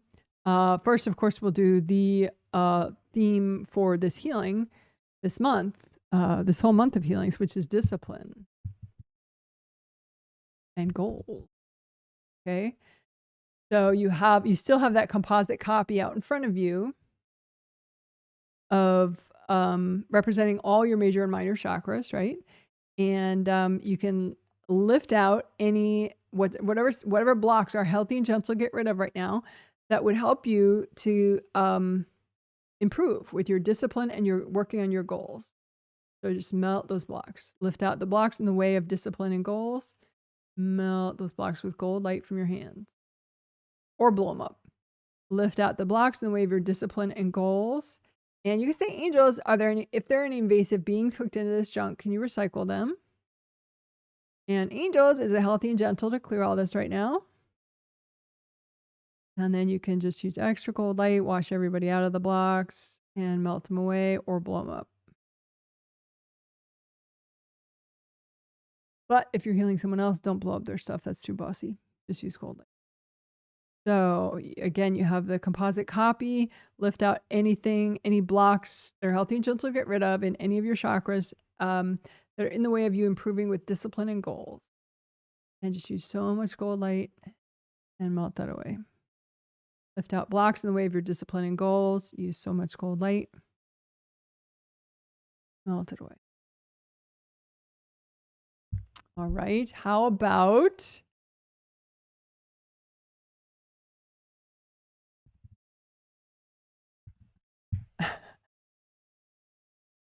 okay, unblocking for any theme. Okay, so another one is sex related. Sexual enjoyment, which could be also like sexuality. Like, for example, like say you're just dancing at home to some song that's about sex or something, and just being able to enjoy your dance moves and everything, doesn't have to be literally about actual sex, but it could be. So, but you can have energy blocks that are real mood killers. And if they trigger, then, you're definitely not in the mood.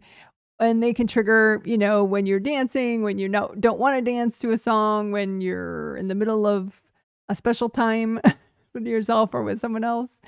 So let's clear libido killing blocks, blocks that kill the mood for you.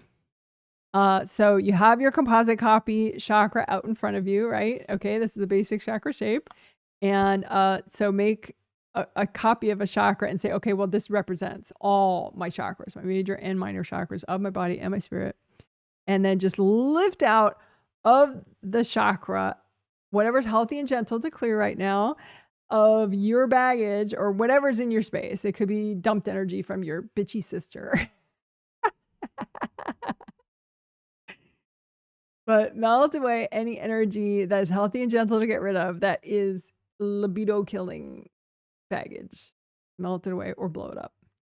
So you have your composite copy representing all your chakras. Use gold light from your hands, right? Gold light from your hands and unblock your chakras more and more and more so that you have consistent libido when you want libido. Not that you need to be some sexual god or goddess for others, but just that you can, if you choose to, feel that way, that you're actually able to without being sort of short-circuited by old baggage, right? So lift out of the chakras any baggage that's healthy and gentle to get rid of that would help you to have more control and empowerment over your own libido. So melt the blocks.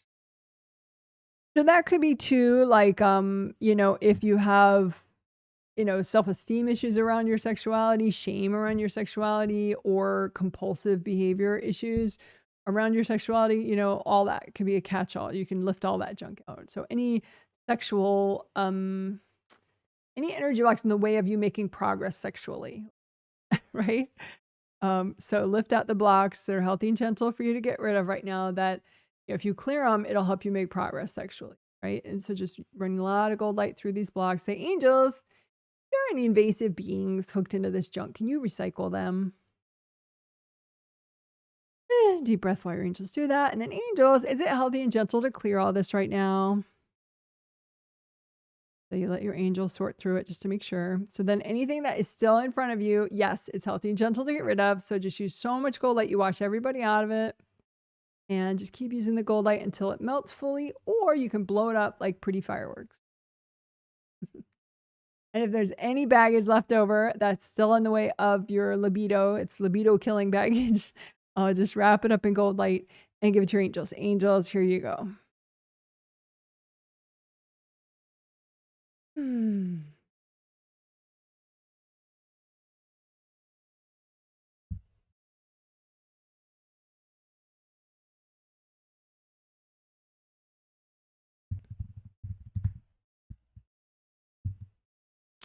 So exercise mood. Sometimes you're just not in the mood to exercise, even though part of you does want to and remembers that it's really, really meaningful and important and helpful for you and beneficial. You can just be like really not in the mood for it. Sometimes you're literally, you know, your body does need to rest, but other times it's just a mood thing. And if you started slow and gentle, you know, the endorphins would kick in and then you could do more and it would be fine. You know, so sometimes it's really just a mood thing. So as you work all the chakras, you can lift out anything that gets in the way of your mood to exercise, being in the mood to exercise. So lift out any baggage that's healthy and gentle to get rid of from your chakras.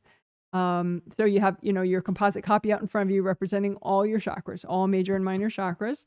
Okay, this represents all my chakras. And then you lift out with your intention, you pick out the baggage that's in the way of you being in the mood to exercise.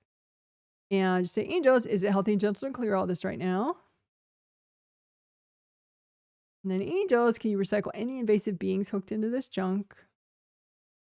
And use so much gold light from your hands that it all melts away. Or you could blow it up like pretty fireworks. And if you have any left over, just wrap it up in gold light. Give it to your angels. Say, angels, can you help me with this? One more time. We could do it a different way without this composite copy chakra. Big gold blanket out in front of you. Make that. And then just pile onto the blanket from wherever it is in your space, aura, chakras, wherever. Any baggage in your space, any energy in your space that kills your mood for exercising. You never feel like exercising. And then say, angels, is it healthy and gentle to clear all this right now? And then, angels, can you recycle any invasive beings hooked into this junk? And then you can do the rest, just red earth energy, soak it all in red earth energy from the core of the earth. Use gold light, melt away cords going into all this junk from other people and from yourself. And then just melt the pile.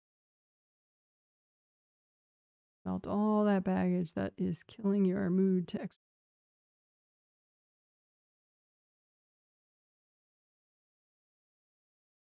And if there's any left over, just wrap it up in gold light. Hand it to your angels. Angels, can you help me with this? All right, good job, good job, good job. Woohoo! Yay! Rockstar. Okay.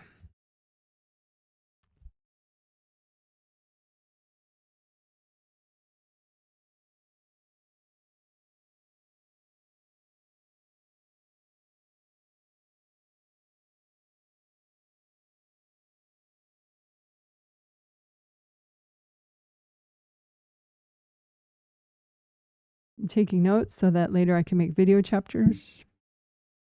Probably late tomorrow.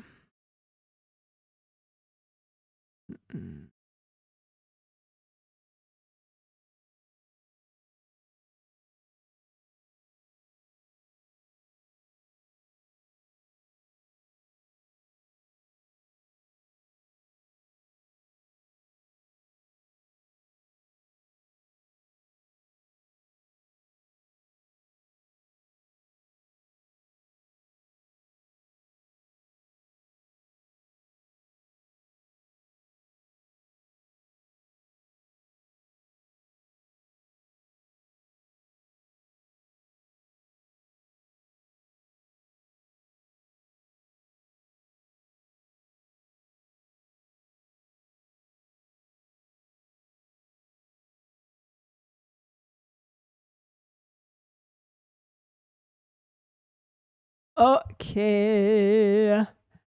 So now we will do the 5th of the 5 essentials, which is back of head stuff.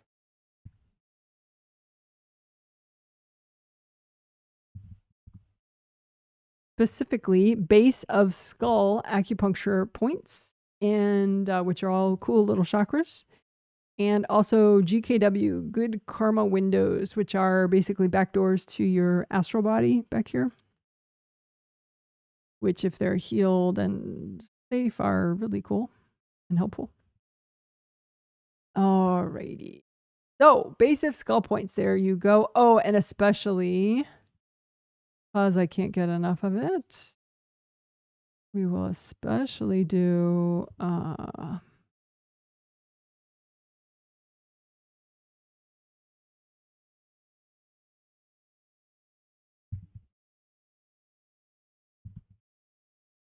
point GB20, which we did 3 days ago, and I really liked it. Oh, we'll do it again. It's one of the basic skull points. I'll show you when we do it. No basic skull points. It's 2 rows, horizontal rows, one at the level of the top of the earlobe, one at the level of the bottom of the earlobe, shown in that diagram right there. So top row, bottom row points. Up row all the way up. Right there. So anyway, all those are chakras. So they have that basic chakra shape. And rather than, you know, like say your 6 chakras pointed this way. So it's in your head, but the round opening is here and round opening is here.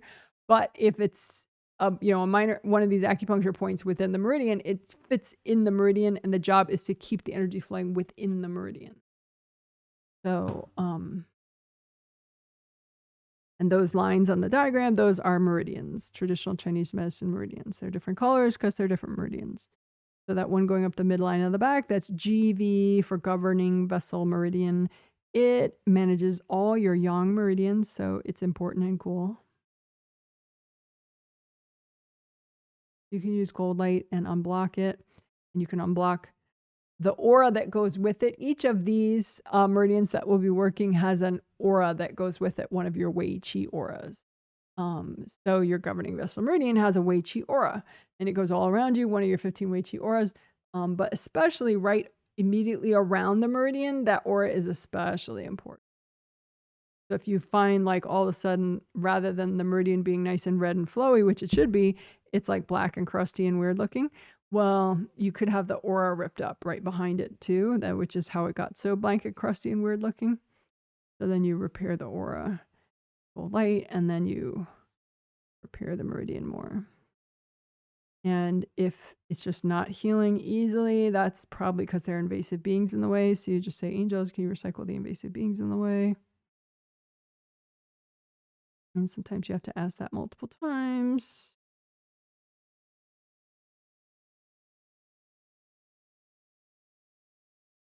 So the yellow line right there is urinary bladder meridian.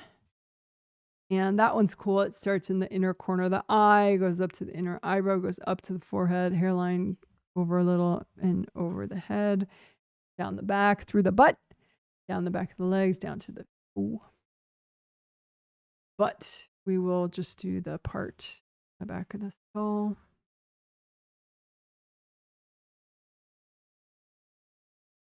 And part of how it's kind of interesting is it's 2 branches, and then it branches off, as you can see right there. it branches off into 4 branches. It's kind of cool and unique. I mean, meridians really branch off a lot, but inside of you. So, but to have a major meridian branch off like that on the surface of your body, I think that's pretty unusual.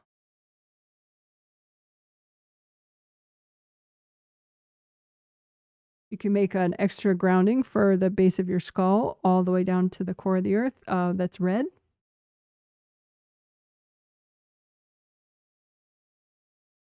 To help you release extra energy that's not yours from your base of skull area and all those energy centers and meridians all the way down to the core of the earth.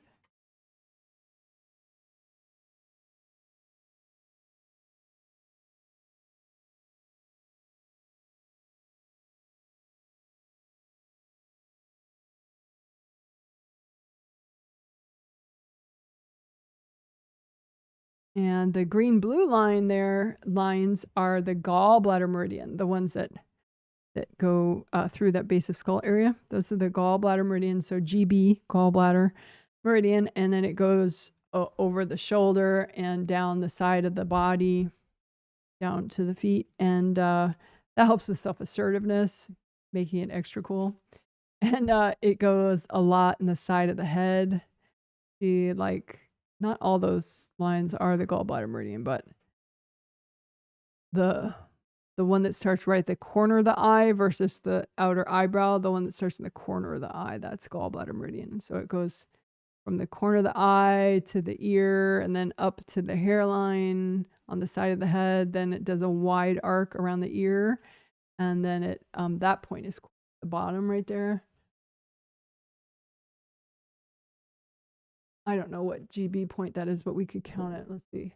1, 2, 3, 4, 5, 6, 7, 8, 9, 10, 11, 12. So that's GB12. GB12 is pretty cool.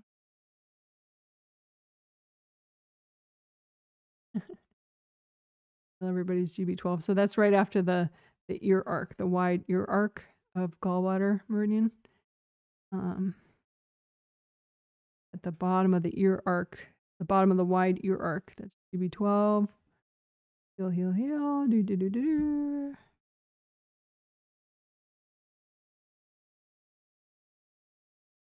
Then it goes all the way forward to the forehead right there,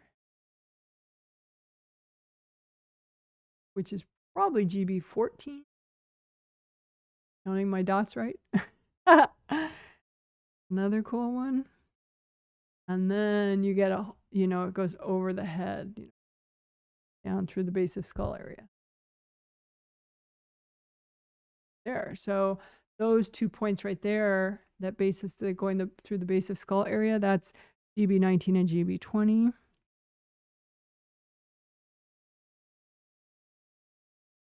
And GB20 I read on the live stream 3 days ago, which I made its own chapter if you need to hop to it. I read a bunch of the ways that GB20 helps, which is a good it's a good example of like how one acupuncture point can help you in like 15 ways. And so whenever, like even when I say, the only one I try to, there are a couple meridians that I generalize with that. And I'm like, oh, the gallbladder meridian helps with self-assertiveness. But it really like has a bunch of different points and each point helps you like 25 different ways, so whatever. But GB20 right there at the base of your skull in your gallbladder meridian, the blue-green line right there, that helps with like mental clarity and hearing and vision. And was it hearing also? Let's see. I want to say hearing if it's not hearing. I didn't write it down here. I have it. It's in the video chapter. But anyway, it's like clarity, peace of mind, vision, balance, all sorts of good stuff. So physical, psychological. So it's a really good example of how like these points help you like 15 different ways. Not just physically, not just mentally, not just psychologically. GB20. So if the chakra's all messed up, it doesn't look like this and it's not red and flowing. It's like all crumpled or like it's like burnt. So like it's scooped out and like blackened. So you can imagine a big copy of your GB20s, one on each side, and just use gold light, and so much gold light that you melt away all the burnt crustiness. And if it's just not melting, then you probably have some invasive beings in the way, like kind of glommed onto it. So just say, angels, can you recycle any invasive beings in the way of or messing with GB20?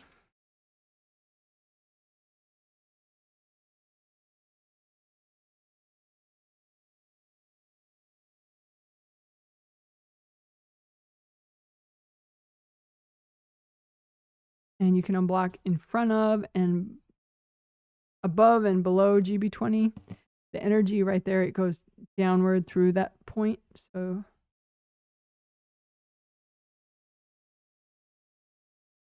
all right. And then you can unblock that GB meridian Weiqi aura right in that area, just behind your whole head and behind GB 19 and 20.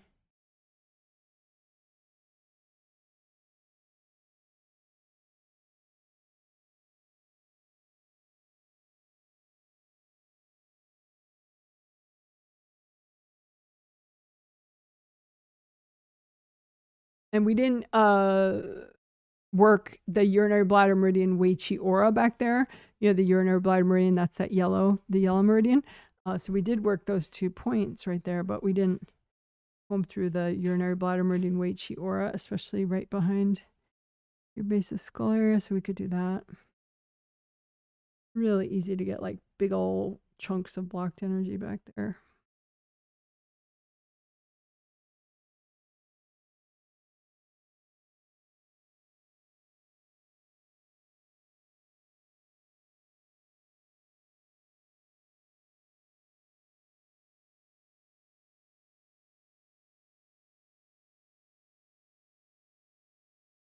All right.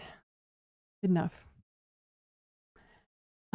So that was basic skull points, especially GB20 and GB12. We did a little extra too, a little bit.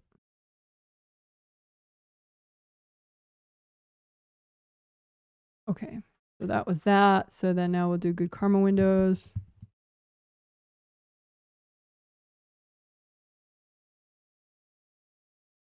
As I said, those are back doors right here to your astral body aura. So your astral body aura, just like your physical body aura, has 7 layers. They wrap all around you like layers of an onion. And so back here, the good karma windows are 1, 2, 3, 4, 5, 6, 7. 1 in each aura layer. And they look like triple frame windows. So what the hell is a triple frame window? You could call them 3 concentric squares. If that's not too geeky a term. But anyway, so you can imagine all your good karma windows and just use lots of gold light. You can use red earth energy, soak them all in red earth energy, gold light. And the idea is you want them repaired and unblocked, and you want only you to be in and around these good karma windows. No invasive people, no invasive beings, no hard objects. So you just use so much gold light that you get rid of all that junk.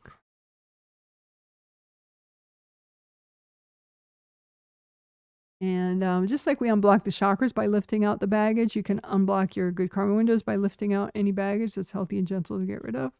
And use so much gold light that you melt it. Lift out the baggage, use so much gold light that you melt it, or you could blow it up.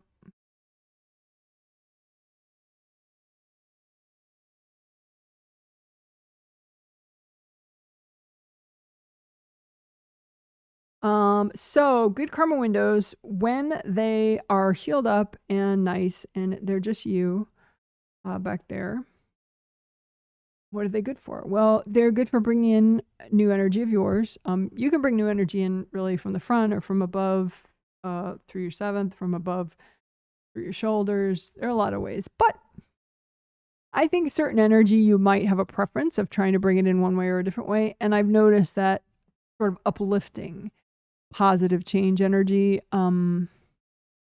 like mood enhancing, outlook enhancing, you might be more likely to want to bring it through your good karma windows.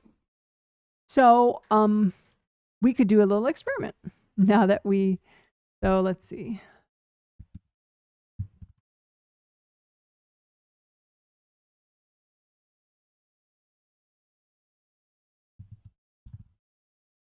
So we can do an experiment to see if they're unblocked enough, your good karma windows are unblocked enough that you can fully bring in positive energy of yours that you're trying to bring in, right? So you imagine your good karma windows, 1, 2, 3, 4, 5, 6, 7 out in front of you.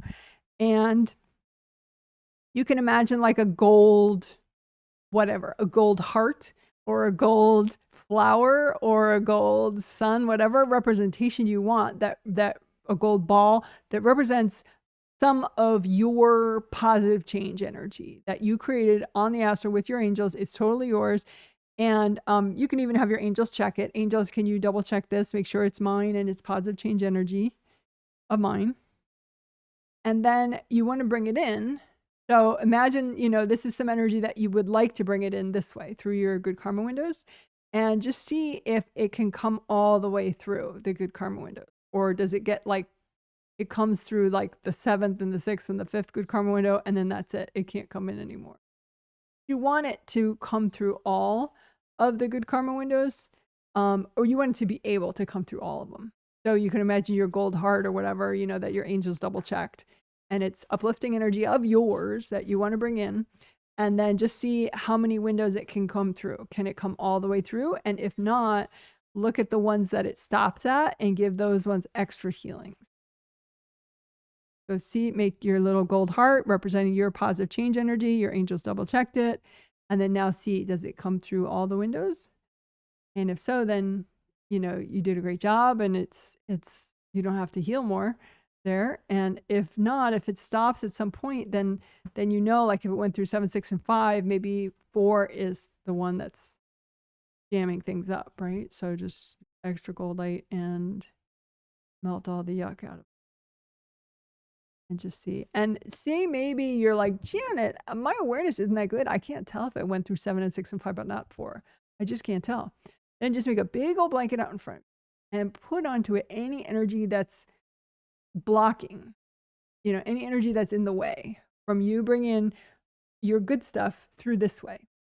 Okay, so any energy blocks, wherever they are, in whatever good karma windows or whatever aura layers, blah, blah, blah, that are blocking you from bringing in positive change energy through this way, right?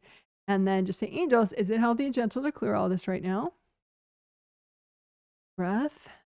And angels, can you recycle any invasive beings that are hooked into this junk?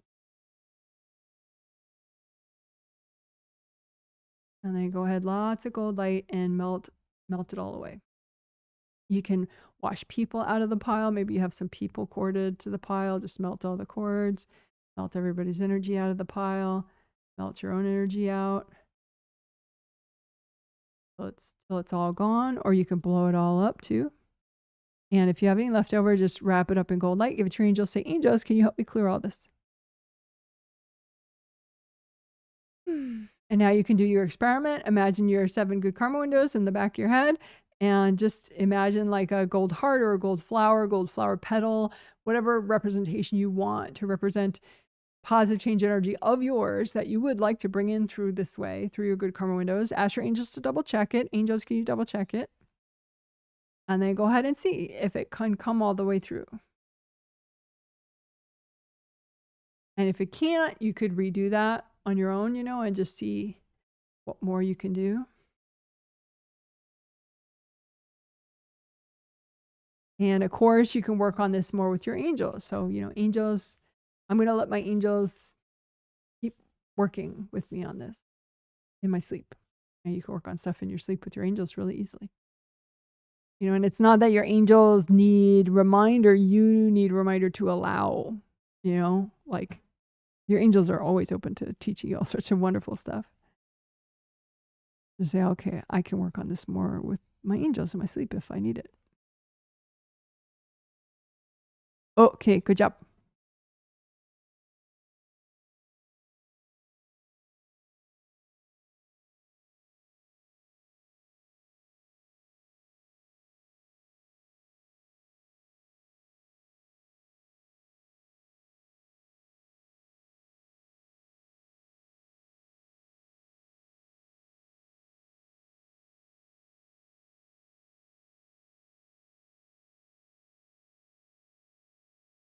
So, I don't know how many people are able to text chat right now, but you can let me know what, if you did that exercise that we just did, what visualization did you like as far as, you know, bringing in the positive change through your good karma windows? Did you like imagining a gold heart? Did you like imagining a gold flower or a gold flower petal? Or did gold not work for you? You did a different rainbow color or a gold ball. What was the image that you most liked to imagine as we were, you know, testing to see if your positive change energy went through your good karma windows? Oh, feel exciting. Here's Felix. Felix the kitten. Hey, Felix. Look at you. Look at you. Look at you.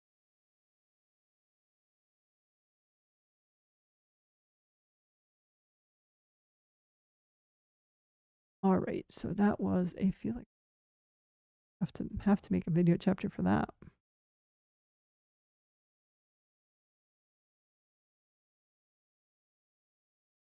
Oh, so cute. So cute. I would show you, but he's on a list of everybody's names and I don't want to. Oh, he's so cute. He's, of course, on my wrist, which, you know, I'm going to need both my wrists really soon. He's on one of my wrists and he's purring because he's so cute. Okay. So now, in honor of Felix, let's show some kittens.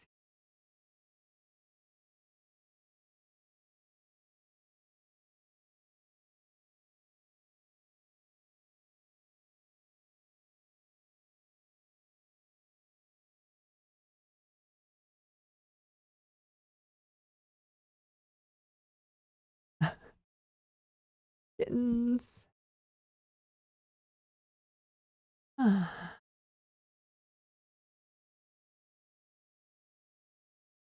right, so that was no more Felix sighting. Well, he's right here, but like I said, he's sitting on the names, so I can't show him. I suppose maybe I could move the names, so then he wouldn't be sitting on names.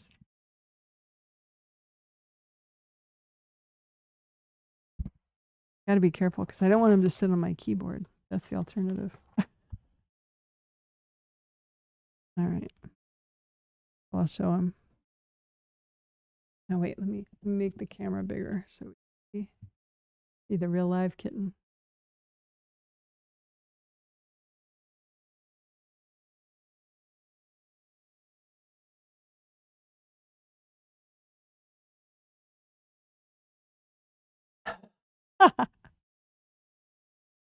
So that's Felix, of course. Hey, buddy. What are you trying to do?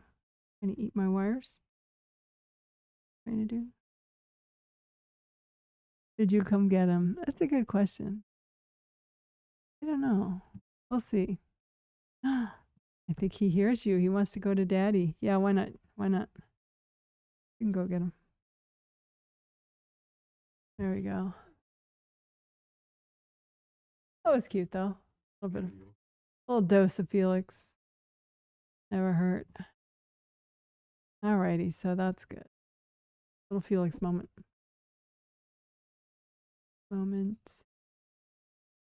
Okay. Now.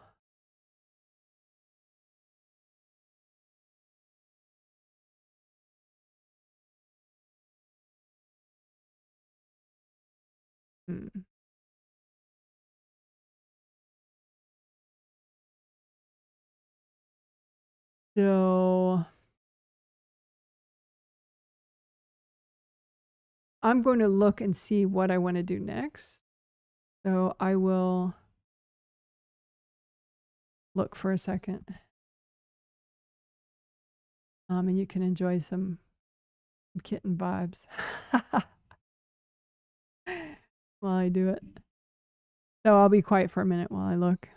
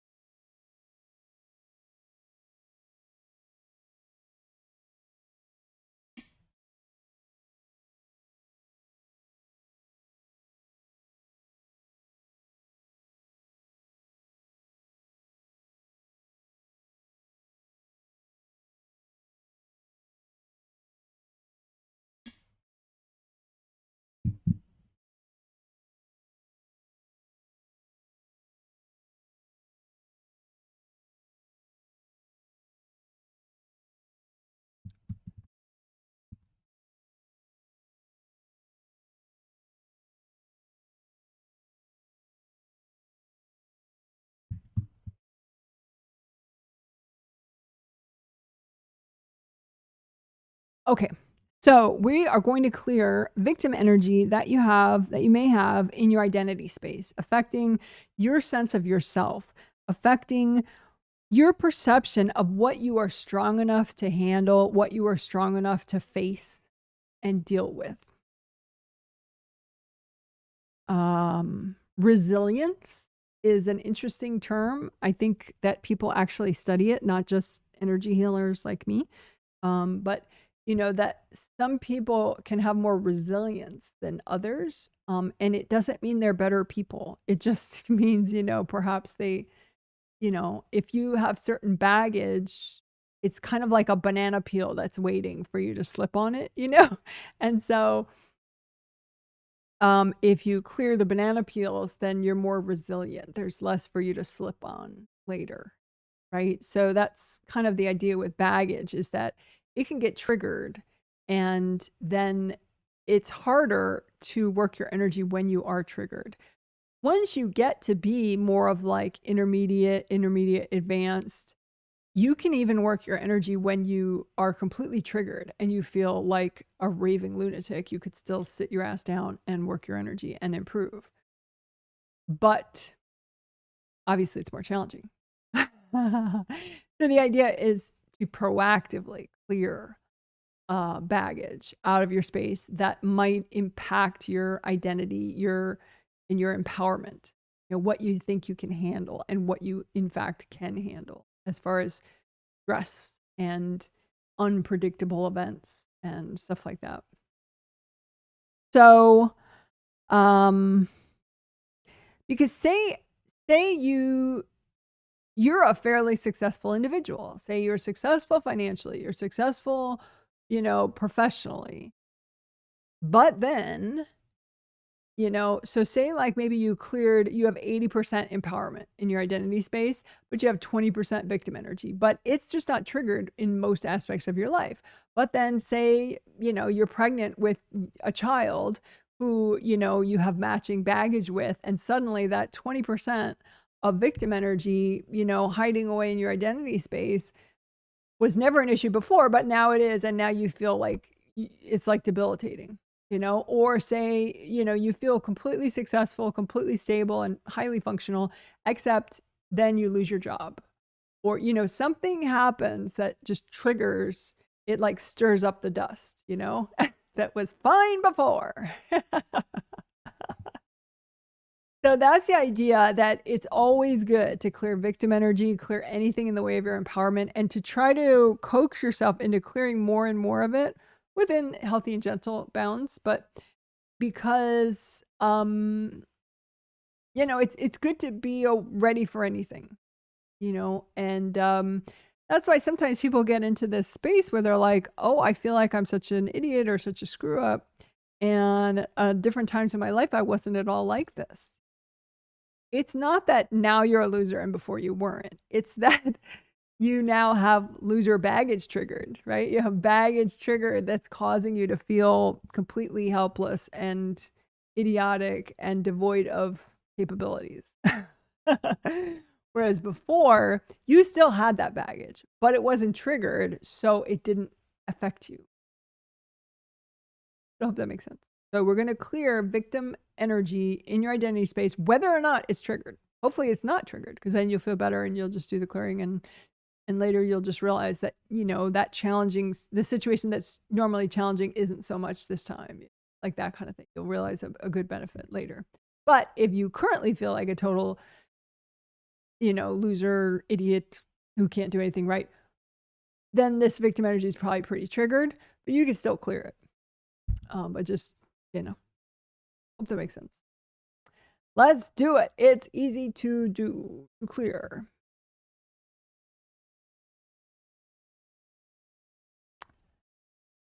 All right, well, just do a blanket exercise. Keep it simple. Make a big old blanket out in front of you and pile onto it any victim energy in your identity space. Any energy that says, you can't handle XYZ. You can't handle working out. You can't handle taking a test. You can't handle studying. You can't handle talking to, your child. You can't handle if your kid lives in your house one more day. You can't handle whatever. All the shit that you can't do. You can't withstand. You can't put it up. up with it. You can't, you're not smart enough. You're not patient enough, whatever you are, right? Victim, victim, victim. You know, I can't handle all this. It's too much for me, right? Put all that onto the pile and say, angels, is it healthy and gentle to clear all this right now? That way your angels will sort through it for you. And then second request to your angels is, angels, can you please recycle any invasive beings that could be hooked into this stuff? And so that way your angels will clean it out for you so there'll be no skanky invasive beings hooked into it. So then the rest is simple, easy peasy. Just bring up red earth energy from the core of the earth, soak the whole pile in red earth energy, use gold light from your hands, and melt away connections between this baggage and other people, and this baggage and you. Wash everybody out of the pile, wash yourself out, wash your own resistance out, wash everybody else's energy out. And then just keep using so much gold light that the whole pile completely melts. Or you can blow up the pile so that it's gone. And if there's any leftovers, wrap up the leftovers in gold light. Give them to your angels. Say, angels, can you help me with this?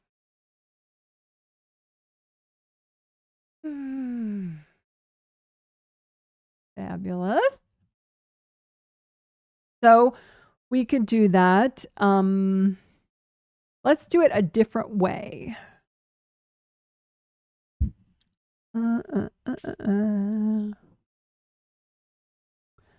So that was blanket exercise.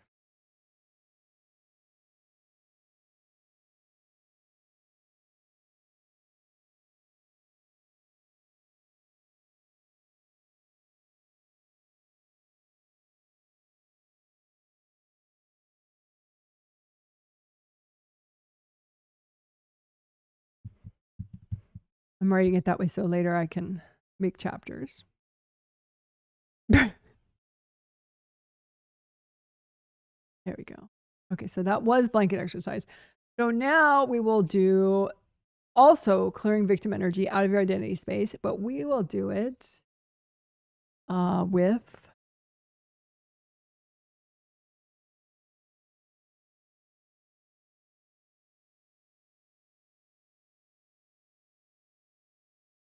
this time we'll do it with healing mini yous. So imagine out in front of you, it could be far out in front of you if you don't want to feel them, but little versions of you, little parts of you that are really you, but they're more victimy.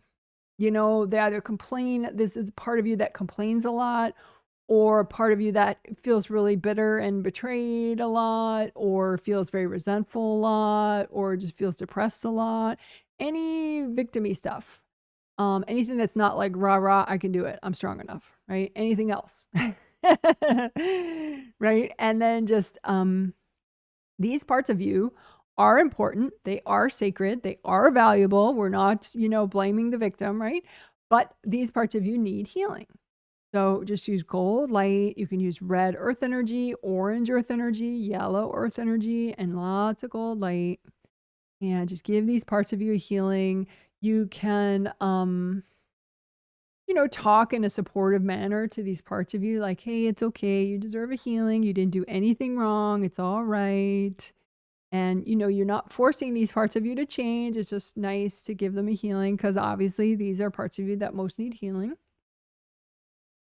Right? And then you can say too, angels, can you recycle any invasive beings that could be hooked into these parts of me? And then angels, can you please help me finish healing these parts of me?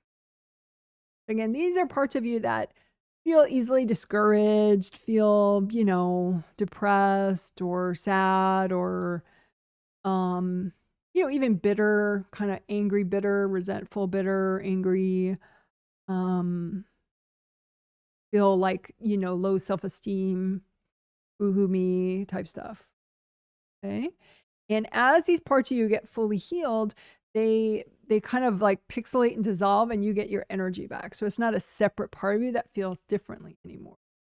So if you still do have a couple parts of you that feel very victimy, you can just say, angels, can you finish helping me heal these parts of me?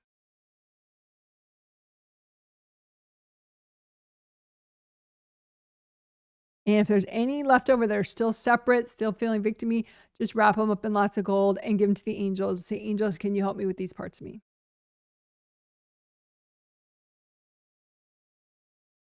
All right. Good job, good job, good job. Let's celebrate with some butterflies.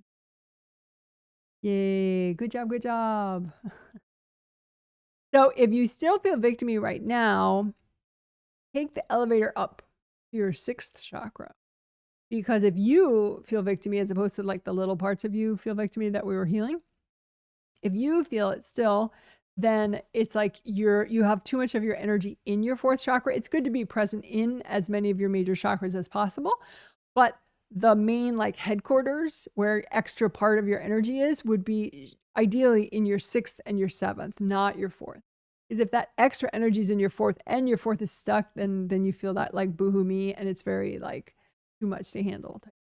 So you can just imagine you're in an elevator, you know, you're in your 4th, and you go boop up 1 floor, and then go boop up to your 6th, and then boop, part of you goes up to your 7th. So you're in your 6th and your 7th, you can see non-judgmental, you see your situation, and you're more likely to intuit and see solutions, ways to nurture yourself through what you're going through, stuff like that. So I hope that makes sense. Good job. Another thing you can do is clear steps. Okay, so this will be the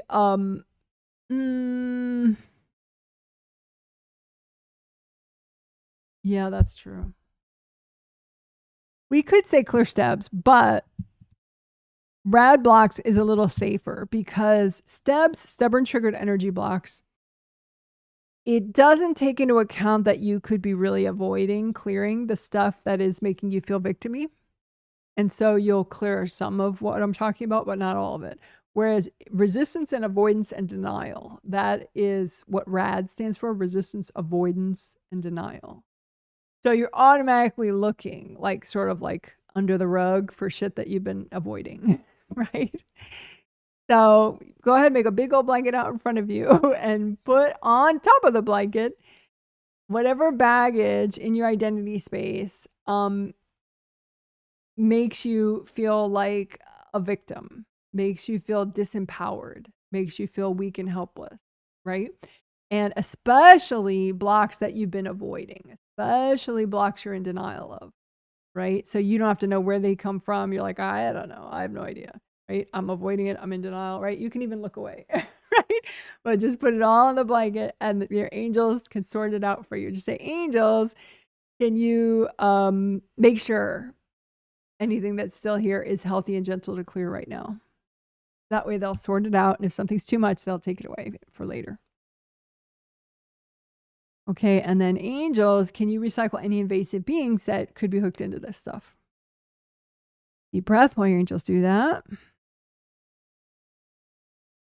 So then you just have some rad blocks that you can clear. And if you clear them, then you will be less victimy, even, you know, when whatever situation happens. You're pregnant or you lose a job or blah, blah, blah, or your bitchy sister calls or whatever. If I could say bitchy sister like 10 times in this live stream, I will consider it a personal success. Some phrases really appeal to me on a certain day. It's just a very childish sort of Pee Wee Herman sense of humor. Phrase of the day is bitchy sister. Yay! Pee Wee Herman used to have a show, and they used to have a word of the day, and whenever the word of the day was said, like everyone like screamed and yelled and celebrated.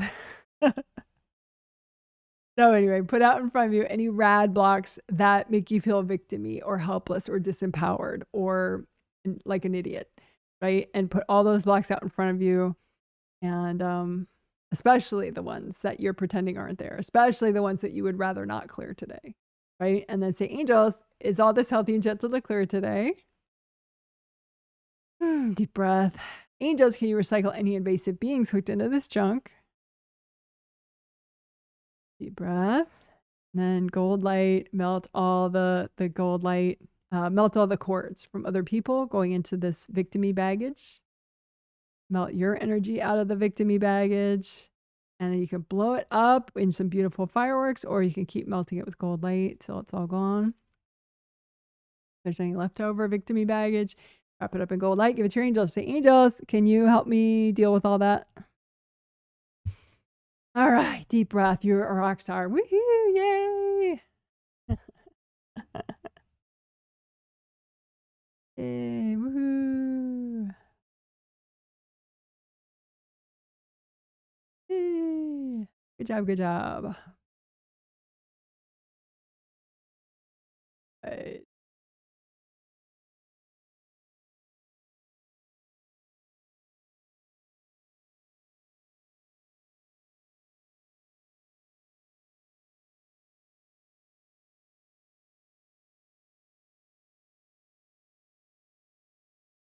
Okay, so I'll be quiet for another glorious minute while I figure out what we're doing next.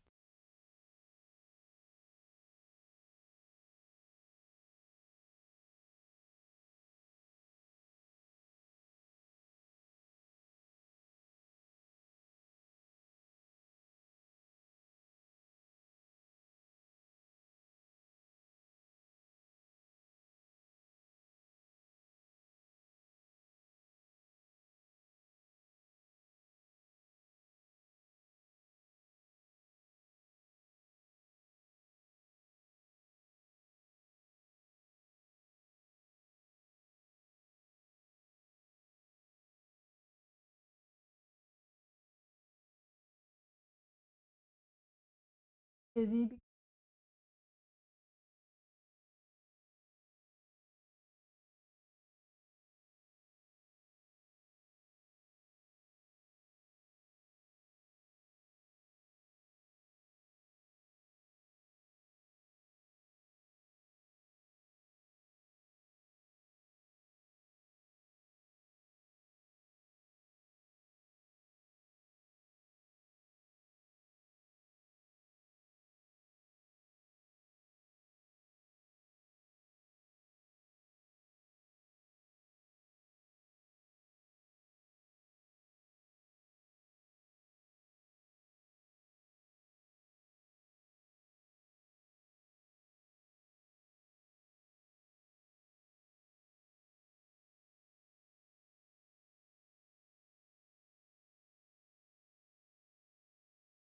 Okie doke.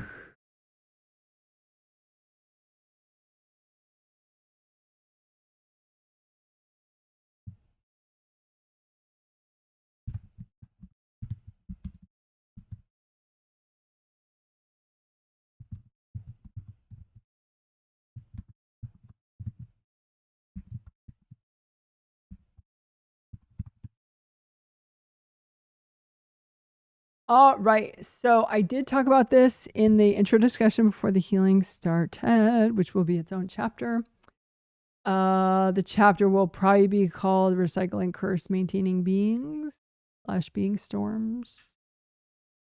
Okay, so just briefly, again, before we do it, and it's easier than it sounds, but you can have like invasive beings that kind of swarm you and you're like, whoa, what the heck?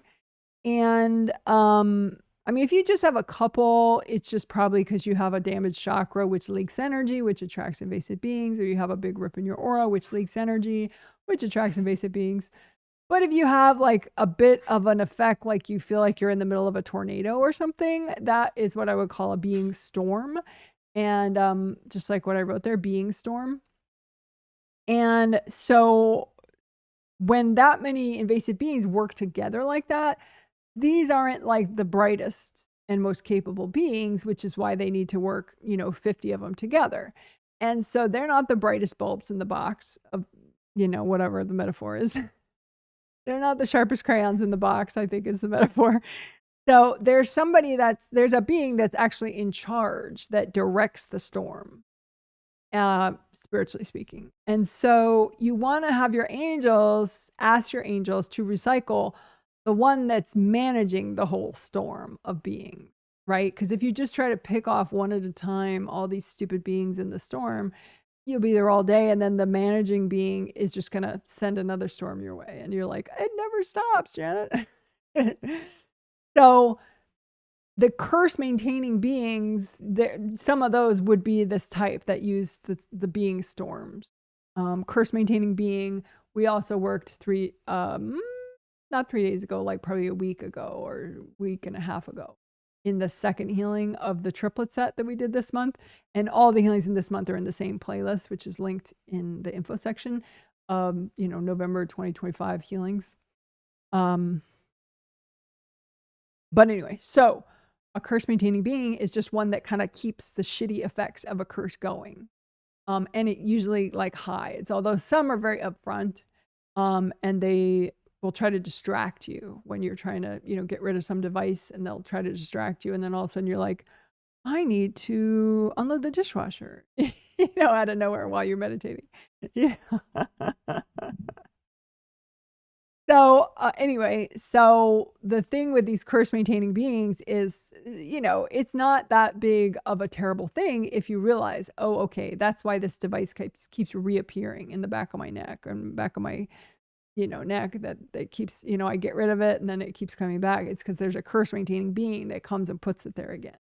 So you just ask the angels, when you ever have weird recurring things like that just keep happening, or they're extra intense, just look, okay, this device, does it come with a being, like not only the ones, the less capable ones that are just hiding underneath the device, but one that kind of maintains it in your space and the shitty effects, that would be the curse maintaining being. And they're often very far away and very hidden. So you just use your intuition and you're like, yeah, there is one of those. You ask your angels, can you can also just say, angels, can you get rid of any being that's associated with this device? In which case, that would probably be enough. But it's good to know about the faraway beings, and then make sure you get that. But anyway, when you have the being storm, again, the point is not those beings that are really what you're feeling the effect of. The point is the faraway one. That's the one you got to have the angels get. And then it's a package deal. You say, angels, can you recycle the faraway curse maintaining being and any invasive beings he's working with, and then I'll get vacuumed up, and maybe you have another one you have to deal with, but at least, your shitty feelings go less and less. That's nice. That's nice, isn't it? Less shitty feelings. Woo-hoo-hoo. All right, so let's do and not just talk. Right. So how would we want to do this? You can imagine a mini you, maybe not as detailed as AccuDoll here. You can imagine a stick figure version of yourself, or yourself as a big blob, however precise your vision is, or how precise you want it to be. And just imagine if you have any being storms around you. Maybe you have one, behind your head. Maybe you have one by your tummy in front.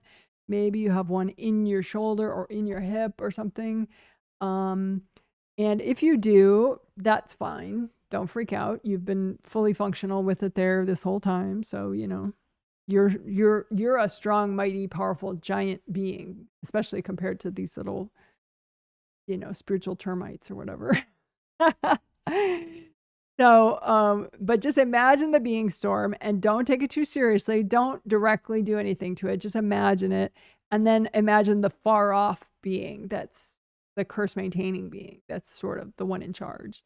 And just don't do anything to that one either directly. Just say, angels, can you recycle that far off curse maintaining being as well as any invasive being that it's working with?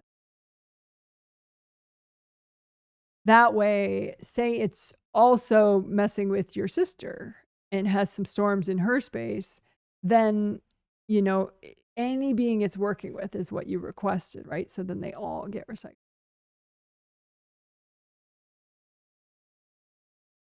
And that's fine, because you're mainly working on yourself and whatever's impacting yourself. So that's very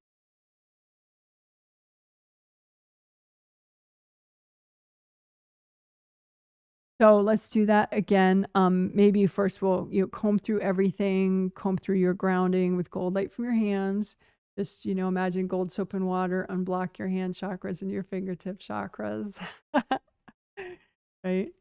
Maybe you should do it 20 seconds, right? Because you should wash your hands 20 seconds to make sure you get all the germs, with soap and water. And then so maybe 20 seconds of gold light. So you unblock your hand chakras adequately. I mean, you don't have to, but that's cute. More would help. So then just comb through a copy of everything, your auras, your body, your physical body, your astral body, your groundings. Comb through everything, get nice flow, unblock your grounding more. Okay, so then we'll do one more time again. So just imagine a copy of yourself out in front of you, however you want to imagine it, like maybe just a blob representing your auras and you're inside there, or a stick figure for you, whatever. And then just imagine a being storm that's bothering you. Maybe it's right in front of your face if you have a headache right now, or maybe it's just above your auras, slightly within your aura, or maybe behind your head, whatever. So just imagine a being storm that you have that's bugging you, and then don't directly interact with it. Don't waste your time, and then just imagine the far off curse maintaining being, or several. Like if you're imagining 3 being storms, there could be 3 different curse maintaining beings. And then say angels, don't directly interact with that one either. Just kind of spot him and be like, angels, can you recycle those far off curse maintaining beings, and also any invasive beings that are working with that being. And then just chill out and be in your major joints. Come on in, be in your all your auras. Use some gold glitter or some something that makes you feel at home, reminds you that, hey, this is my space. Like say if your favorite color is purple, then use purple and gold glitter for yourself, or if you're, whatever your favorite colors are. Unless your favorite color is black or white, then those would not be good. Black is too low a vibration to use as an energy healing vibration, and white is too high to use when you're in the lifetime as a healing vibration. Like too much coffee. Okay. Good job. So let's do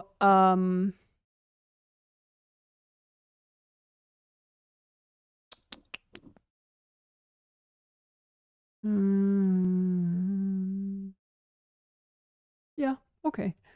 We could just do the regular, not the being storms, but any other, because being storms is just one type of sort of curse effect that could be in your space. Other ones are just devices that keep getting supercharged by the curse maintaining being, or yeah, that would be the other thing. So you can imagine a copy of yourself, and just imagine if there are any hard objects or devices in your space that are part of a curse, or several, and then just imagine if there are any far off curse maintaining beings that are invested in this stuff staying in your space. And then just say, angels, can you recycle all those curse maintaining beings? And the fun thing with that is usually the devices melt away once the beings get recycled. The far off curse maintaining beings get recycled. So, the 5 gold daggers stuck in your back shoulder blade usually melt away fully. If they don't, obviously you could take them out, but usually they'll just melt away. But you can use gold light everywhere. And, imagine gold light through all your auras, through your physical body, through your astral body, through your grounding. And just use lots of gold light and make repairs. Use your intention and just make repairs. Now that all that junk is gone, we could go through all the 5 essentials. I'll do it real quickly. So this is the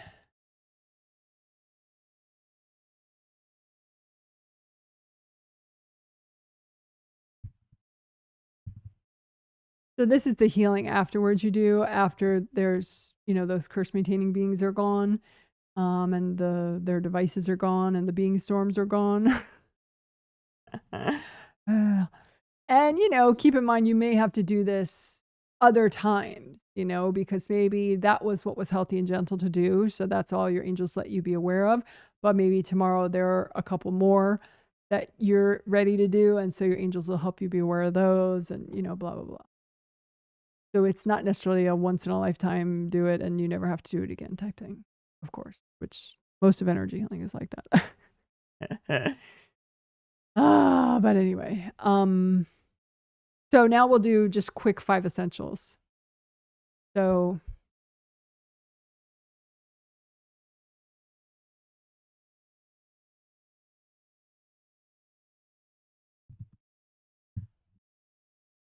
so this is more advanced because if you don't know the 5 essentials, this will probably be too fast for you, but you could always do the slow versions that we've already done, just repeat those. So chakra repair, I'm just going to repair the major chakras, 7, 6, 5, 4, 3, 2, 1. And then repairing all chakras at the same time, major and minor, including all the acupuncture points. Take a copy representing, you know, all your chakras. And just use lots of gold light. Repair. Use so much gold fire that's like bug spray. You're clearing out all the beings, clearing out all the people and their cords. Clear all the cracks and chunks missing.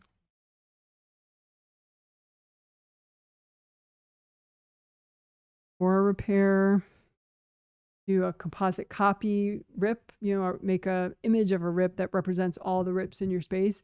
Then you can just do like a gold blast aura repair where you use so much gold, which I don't recommend you do that to other people necessarily, just for yourself, because it's a more dramatic way to do it.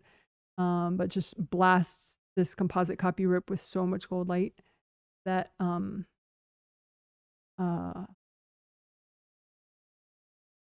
that you're moving out all the invasive beings and people and devices with the gold light, and you're repairing. I'm going to do it a little differently. Angels, here you go. Angels, here you go. Doing it more the typical normal way that we do it. Because I'm healing lots of people. More gentle for, okay?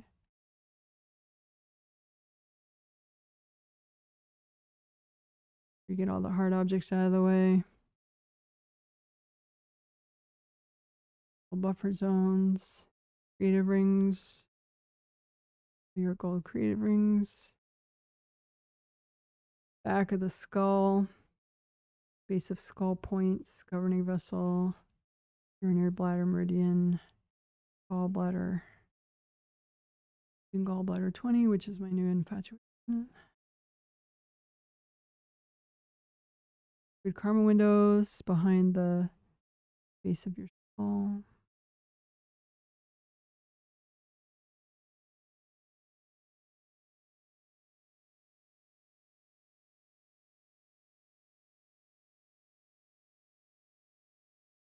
Unblock the bottom of all your auras. Unblock your groundings.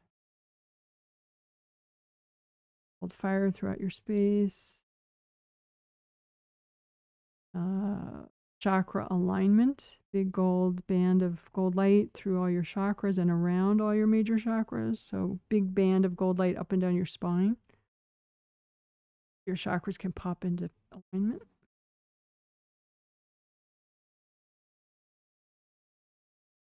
All right, good job, good job.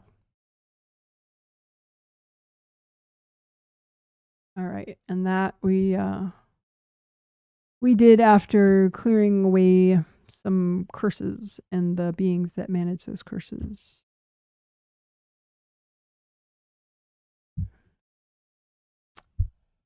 All right.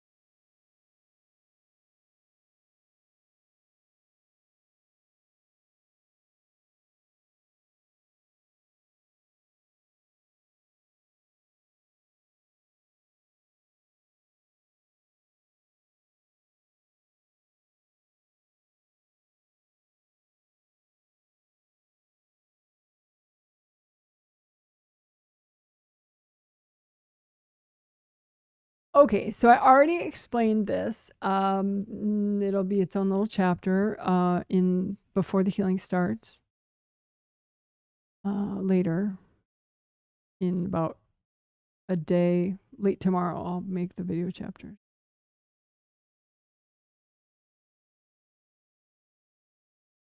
But a quick explaining.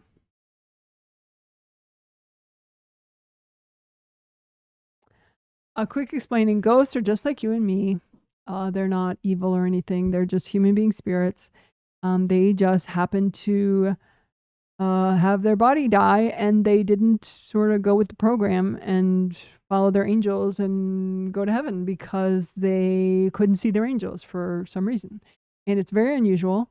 You don't have to be spiritual to cross over successfully when your body is dying. It just happens. It's just a natural, automatic thing. But like I said, there are rare cases where people just have too much blocking their subconscious spiritual vision, and so then they can't see their angels that are standing right there, and even subconsciously they can't see them, and so then they don't follow them to heaven, and so they stick around and their bodies are gone and they're wondering why nobody can see or hear them anymore. And a lot of times they really don't understand that they actually are dead. I mean, obviously their spirit isn't dead, but they don't understand that their life is over. And so they go around trying to find somebody who can understand them, who can help and explain what the fuck is going on. Because they definitely know something's wrong, because all of a sudden no one can understand them or hear them or see them. So it's disturbing. So it is nice. It is very good karma to be able to help ghosts. And also it's just practical in your own selfish self-interest, because ghosts, if they see you, they will hang out with you. Like if you see them on a subconscious spirit level, even, they will hang out with you because they're like, well, you can hear me. Can you help me? Do you understand what's going on? Do you know why somebody new is living in my house? So being able to help them cross over is easy. And we'll do it right now.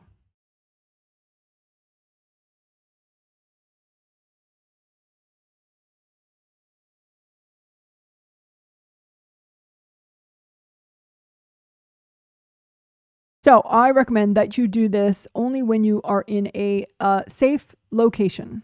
So do not do it while you're driving. Do not do it while you're driving on an expressway. Do not do it when you're in a public place, unless your angels say, yes, you can handle this at this time in this location. But most likely the safest place for you to do it, and perhaps the only safe place for you to do it, is when you are in your own home, and you've energy cleared your home recently and it's a nice safe place and you feel comfortable there. But you have free will. You can do what you want. Okay. But what you do is you just imagine the ghost, right? The human being spirit that has not crossed over. And you imagine that ghost's angels. So say the ghost was named, I was gonna name an actual person that we know, but let's not do that. So John Smith, okay? Let's say the person's name is John Smith, or Hector Smith, right? And then Hector Smith, these are his angels. So you just imagine, Hector Smith's angels, actual angels, right? And then you say to Hector, who has been following you around since you noticed him subconsciously in the supermarket yesterday, say, okay, Hector, these are your angels standing right here. Look over here. Stop staring at me and look over at your angels. They're all in a row right here. And, and sometimes they have so much anxiety about it and they keep talking really fast. And so you have to tell them, okay, take some deep breaths. Just slow it down and look over here. So you're imagining the person here and just wherever. It could be, but just anywhere you want, but just ask his angels to stand in a row so they're more obvious. And then, so where they are. And then, show Hector, whoever it is, the ghost, right? Just say, look over there. Those are your angels. And then as soon as he sees his angels, then the whole process, your work is done. That's it. So you just say, look, hey, look over there. Basically. And then, Hector will be like, oh my gosh, and he'll suddenly understand everything. And so then he'll just want to thank you. So I just say, it's okay, you're welcome, enjoy. And then, Hector will go on his way up to heaven. You don't have to know if it's a Hector or a Jessica or whatever, you don't have to know their name. Just rando ghosts, angels, look over there. You're welcome, bye. And they cross over. When they cross over, it's like they're going up like an escalator that's like white and gold. And that's why that going into the white light thing, and because when you no longer have a body, then white isn't such a harmful energy vibration. It's fine, so the stairway, you can imagine it however you want, but it looks like it's got a lot of white and gold to me. But anyway, so that's the way it goes. Easy peasy parcheesi. So you could do it again. And people were like, well, I don't know if I have any ghosts around me. Well, okay, but just in case you do, imagine the ghosts, and you can line them all up and then say, okay, well, if I have these ghosts, they're right here. I'm imagining them. And then I'm imagining all their angels, right over here. The ghosts, they're angels right here. And then you tell the ghost, hey, look over there. Your angels are right there. Don't look at me. Look at there. That's where your angels are. And just ask everybody's angels to stand right here. And then all of them say, oh, really? Oh, thank you so much. Oh. And then, then your work is done. And then you just have to be like, you're welcome, you're welcome, you're welcome. Because sometimes they're so like overwhelmed with gratitude that then that's something else that they're staying around for. So you have to say you're welcome, or something, so they know that how grateful they are. And then they go to heaven. Yeah. So easy peasy. So if that makes sense, if you have any questions, you can post them. And if I have time, I will look at them and answer them during the chat after the healing, or otherwise you can post them as video questions under the video later. Easy peasy.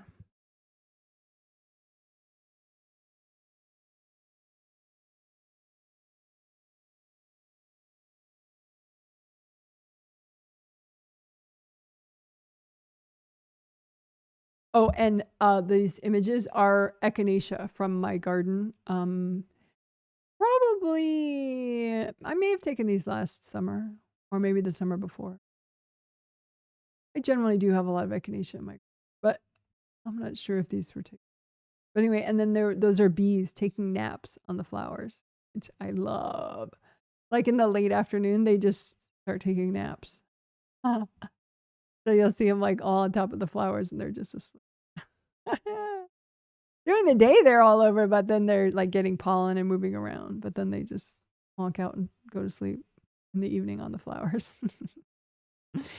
which is so cute.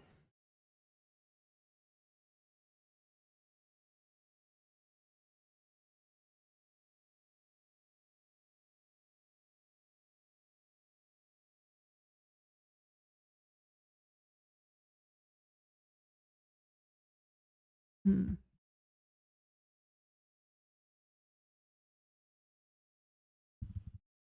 Okay, so we'll be done with the healing soon, but I still want to work on at least one more thing. So I'm going to be quiet while I look at how best to do that.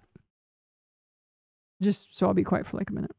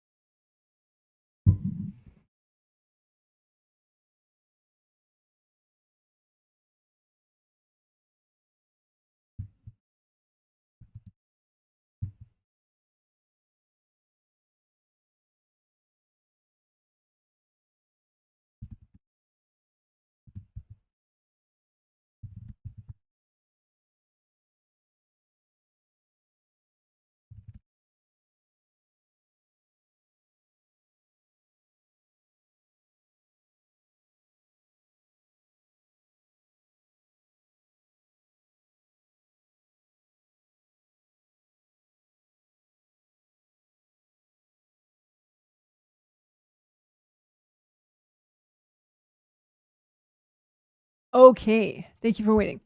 So, we are going to be clearing baggage.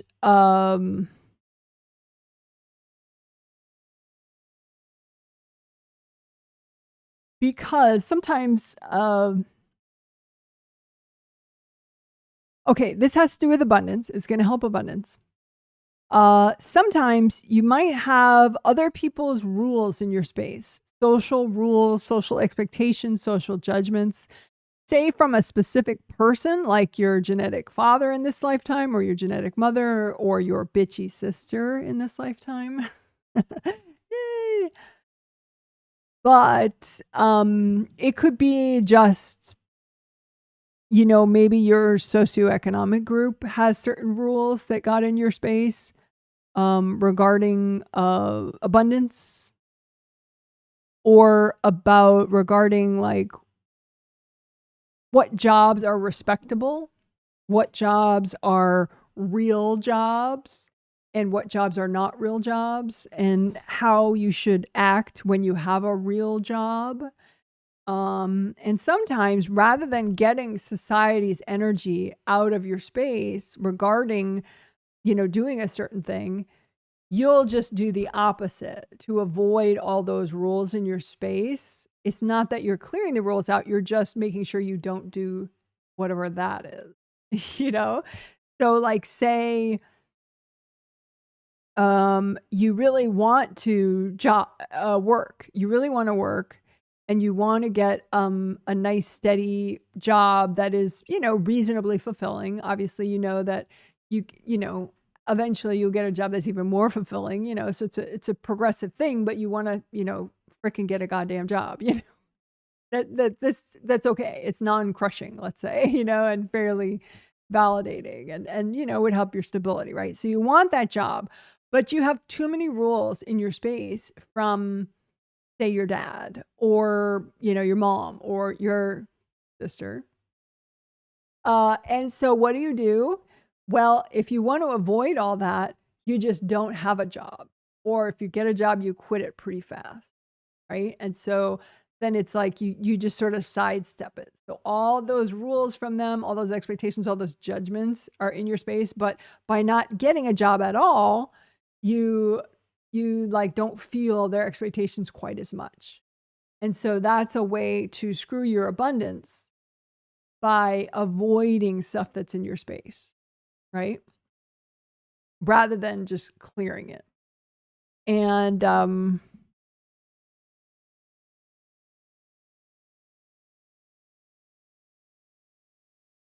sometimes, you know, you may have energy in your space around like wealth and display of wealth. Like maybe your genetic family is really judgy about like what looks bad and what looks good, and you know, like how you should impress the neighbors and everything and have everything look kind of high end, you know, blah blah blah. And maybe you feel all those rules in your space. So rather than get rid of those rules, you do the opposite, and you make sure you have like kind of a some that you're definitely not playing the class game, but maybe, you know, there are ways in which you do want to have abundance, but it's like you're sort of depriving yourself of abundance because you're avoiding your genetic family's rules about abundance and how you should display abundance to impress others, you know, and how it's like a bragging rights kind of, you know, like I'm superior. My parents were superior. Went to a job. You know, maybe that disgusts you, but you don't clear it. And so then you're just like, okay, well, I'm just gonna, you know, not have a lot of abundance. And that way I know I'm not playing that game, right? But if you clear it all out, then you can just, you know, tune into really what you're meant to do more and what you need and want, you know, which maybe is, you know, you want some goddamn abundance and some financial comfort and stability. And so you're not so repulsed by those vibrations anymore because you cleared your family's games out of it, you know, all their bragging and status and and competition socially. Okay, so I hope that makes sense. That you can unlink, you know, people's rules from your abundance. And you can unlink people's rules from your freedom as well, your free time, how much time you have, what you do with your free time, whether you go to some, you know, fancy, expensive vacation, or you just, you know, do a staycation at home, or you know, sleep a lot or whatever, you know. How do you spend your free time in the evenings? How do you, you know, like unlink your freedom from like rules, social rules, family rules, stuff like that. So I hope that makes sense. It's easy to do though.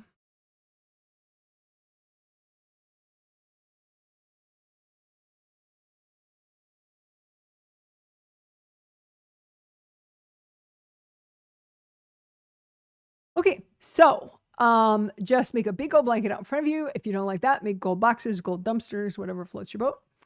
And pile onto it copies of your inner baggage or other people's energy in your space, other people's rules, other people's judgments, other people's expectations around abundance, around, you know, wealth, financial stability, freedom, free time, vacations, time off from work, what you do when you're not working, say in the evening or the weekends or whenever you are not working.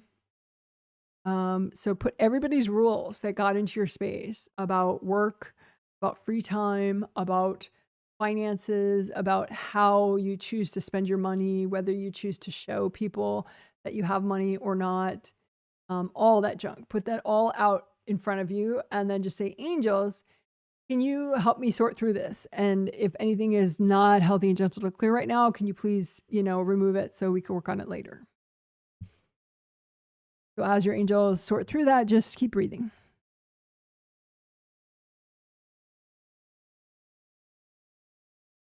Deep breath.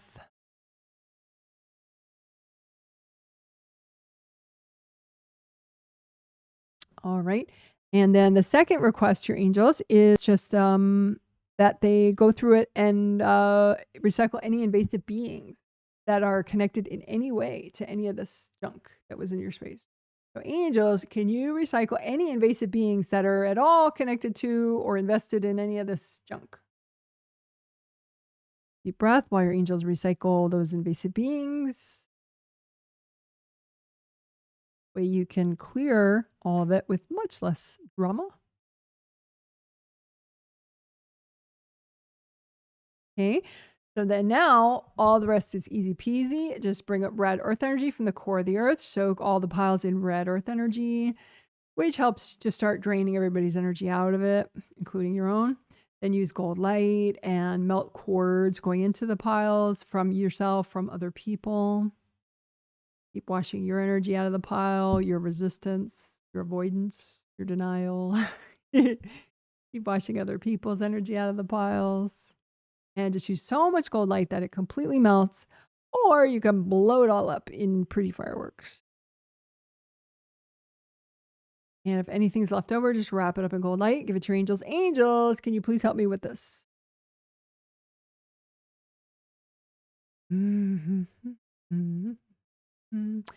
So we will do some healing flowers.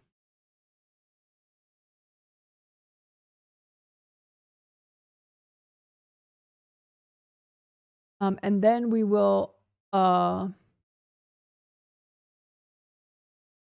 that was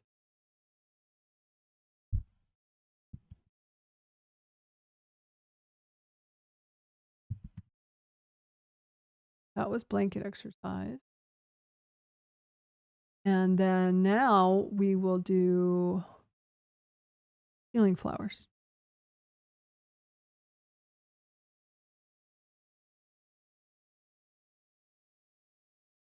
Okay.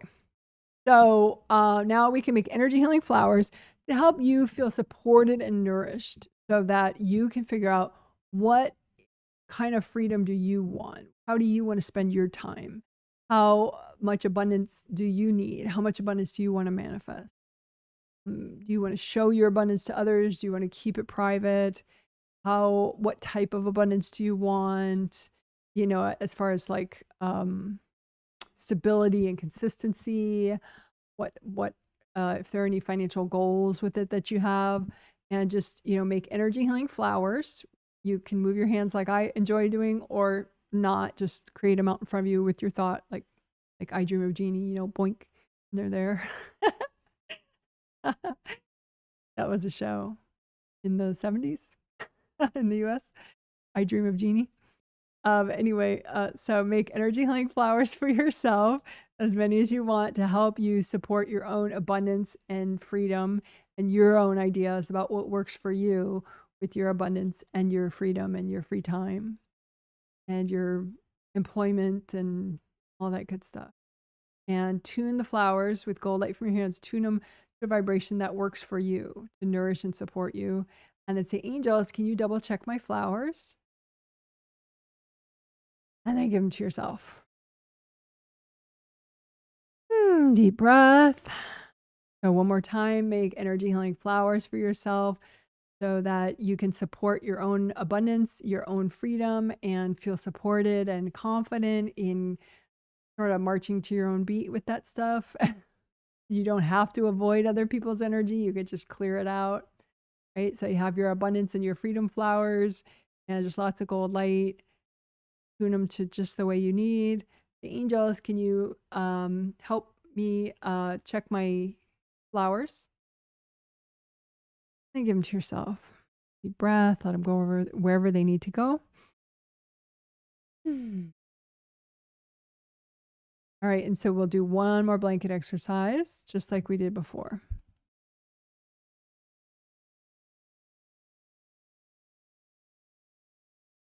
So we'll do blanket exercise the second time. Same way, just make a big gold blanket out in front of you, or gold boxes, or gold dumpsters, and pile into it any junk that's in your space from yourself, from other people, that limits you. Judgments, expectations, rules from other people and from society, from religious groups, from political groups, trying to control how you have abundance, how you use abundance, how you manifest abundance, or trying to control your free time, what you do in your free time. And just put all that junk out in front of you and just say, angels, can you double check and make sure this is all healthy and gentle to clear right now? Breath. And angels, can you recycle any invasive beings that are hooked into this stuff at all? Breath while your angels do that. And then you can bring up red earth energy from the core of the earth. Soak it all in red earth energy. Use gold light from your hands to melt away cords from yourself and from other people going into the baggage. Wash everybody out of the baggage. Your own resistance, your own denial, your own avoidance, other people's energy. Wash it all out. And then just keep using so much gold light that it all melts, or you can blow it up. And if there's any left over, just wrap it up in gold light. Give it to your angels. Angels, can you help me with this?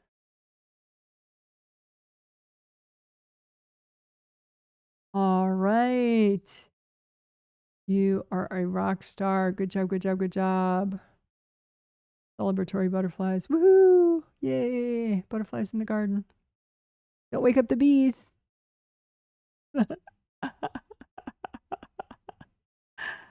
The bees are napping. Don't wake them up. Shh. Bee naps. Alrighty.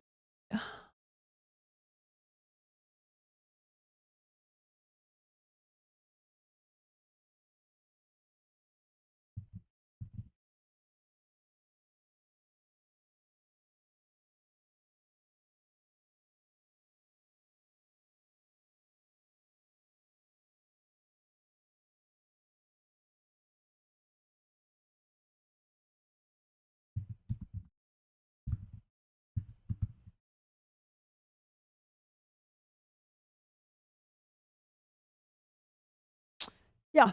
Okay. So this is the last section of the healing. That will do. So you can just imagine your everything out in front of you, all your 17 auras, your physical body and your astral body, astral, A-S-T-R-A-L, astral body, are inside all your auras. And then you have 2 groundings that connect you to the core of the earth. And just use gold light from your hands to wash everything out. Wash, wash, wash, wash, wash, wash, wash, wash, wash, wash.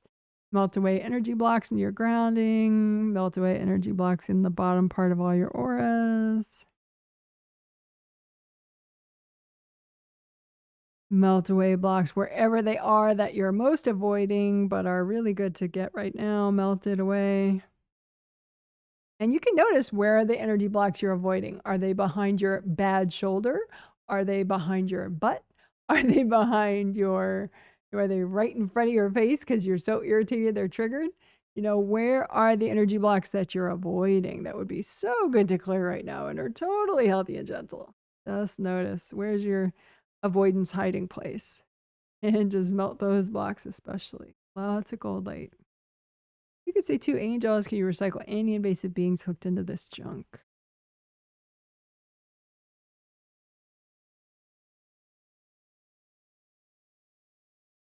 Gold light up and down your spine so that each major chakra clicks into alignment.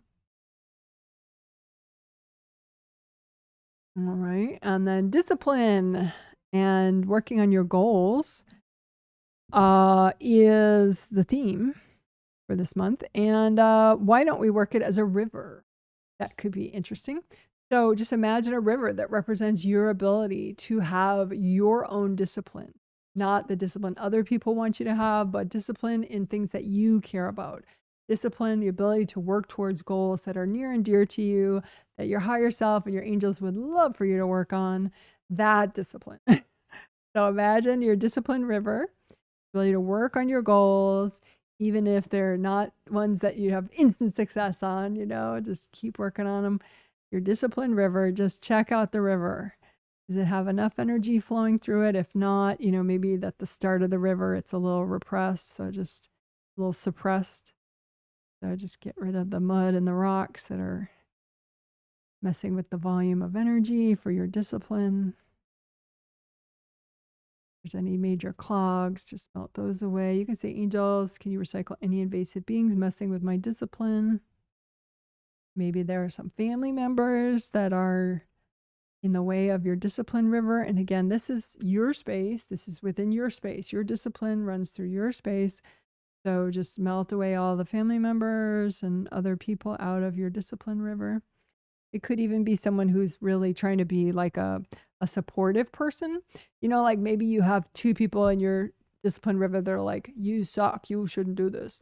And then you have one person that's like, no, get away from her. She's good. She's a good person. She doesn't deserve your meanness.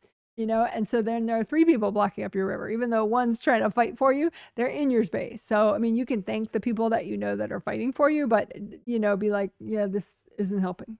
You know? Just be like, I'm strong. I can do this, you know, because even if you have people who are trying to rescue you in your space, it'll block you up just like someone who's trying to block you. So just wash everybody out, even the rescuers, out of your discipline river. All your benevolent control people, what I call them sometimes. Wash out the malevolent controllers and the benevolent controllers out of your river, your discipline river. And you can, just like we did, you know, glitter colors that you like, you know, gold and your favorite rainbow color, you know, you can do glitter in your discipline river, gold, and whatever color you think could help your, whatever rainbow color you think could help your discipline in addition to gold.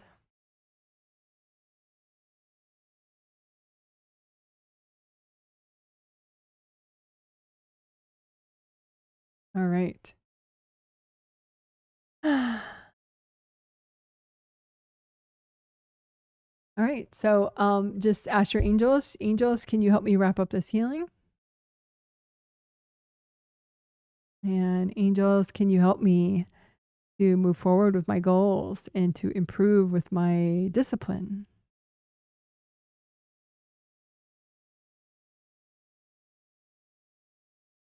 All right, good job. That's a healing. Woo, woo, woo. You're a rock star. Yay.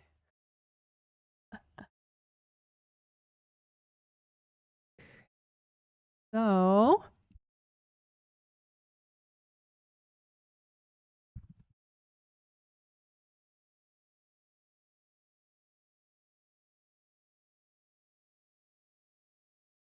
we'll do a quick break in case you need to go to the restroom. And then I'll come back and do a moment of stretching. You could do stretching too. Not necessarily as stretch as I'm doing. It's not like a guided thing. It's just, hey, when you sit for a long time, it's good to do some stretching. And then we'll have a quick little chit chat, and I'll look at some of the comments, especially if you have comments about the theme or some topic that we discussed. That would be nice. Yeah, how are you doing since the healing? And if I don't get to all the comments, you could repost yours if you wish under the video as a video comment. So I will, let's see what people might want to look at while I'm not here.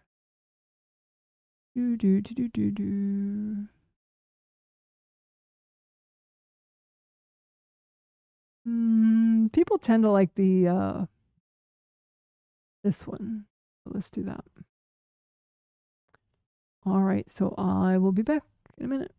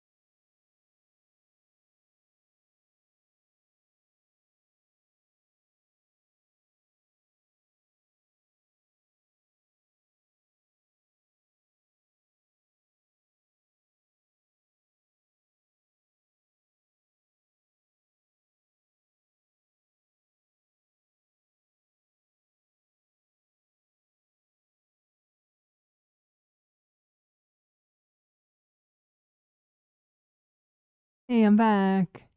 So I'm gonna do some quick stretching, and then we'll do a quick Q&A.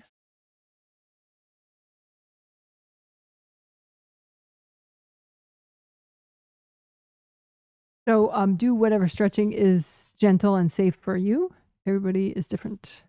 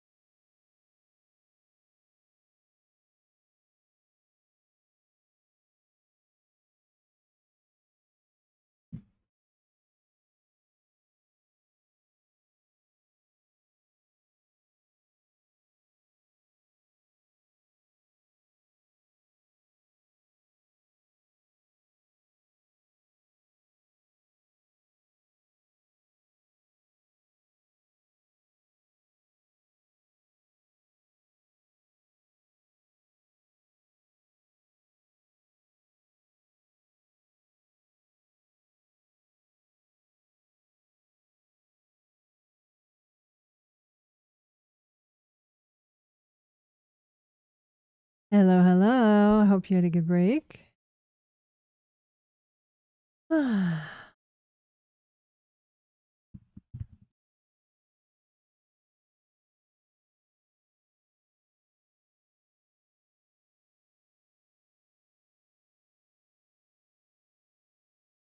Alrighty, I'm looking for chat comments that I did not read yet. And again, if I don't have time to get to your particular comment, please forgive me, and you can repost it under the video, and I will reply to it when I have time by posting a reply under your posted post. Okie doke. Someone says hashtag chillin'. Yep. Someone says, hi Janet, 33 degrees Fahrenheit in New Hampshire with a frost on the ground with snow emojis. That's a little nippy.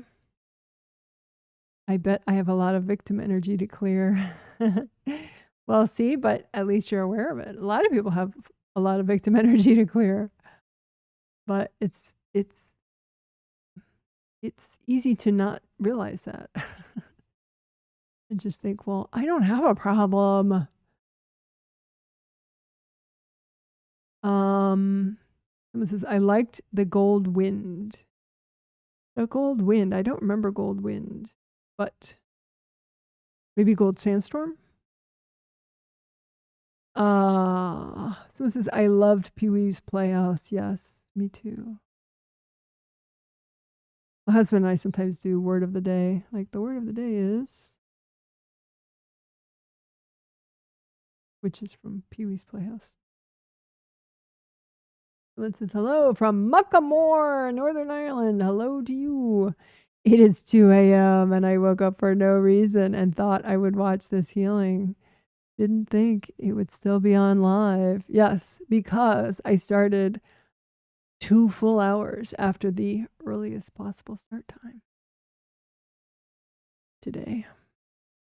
Love looking at the kittens. Oh, the kitten emojis, yeah. The kitten graphic. Yeah. Should we ditch the waterfall for the kittens again? Where are the kittens? Here's the echinacea.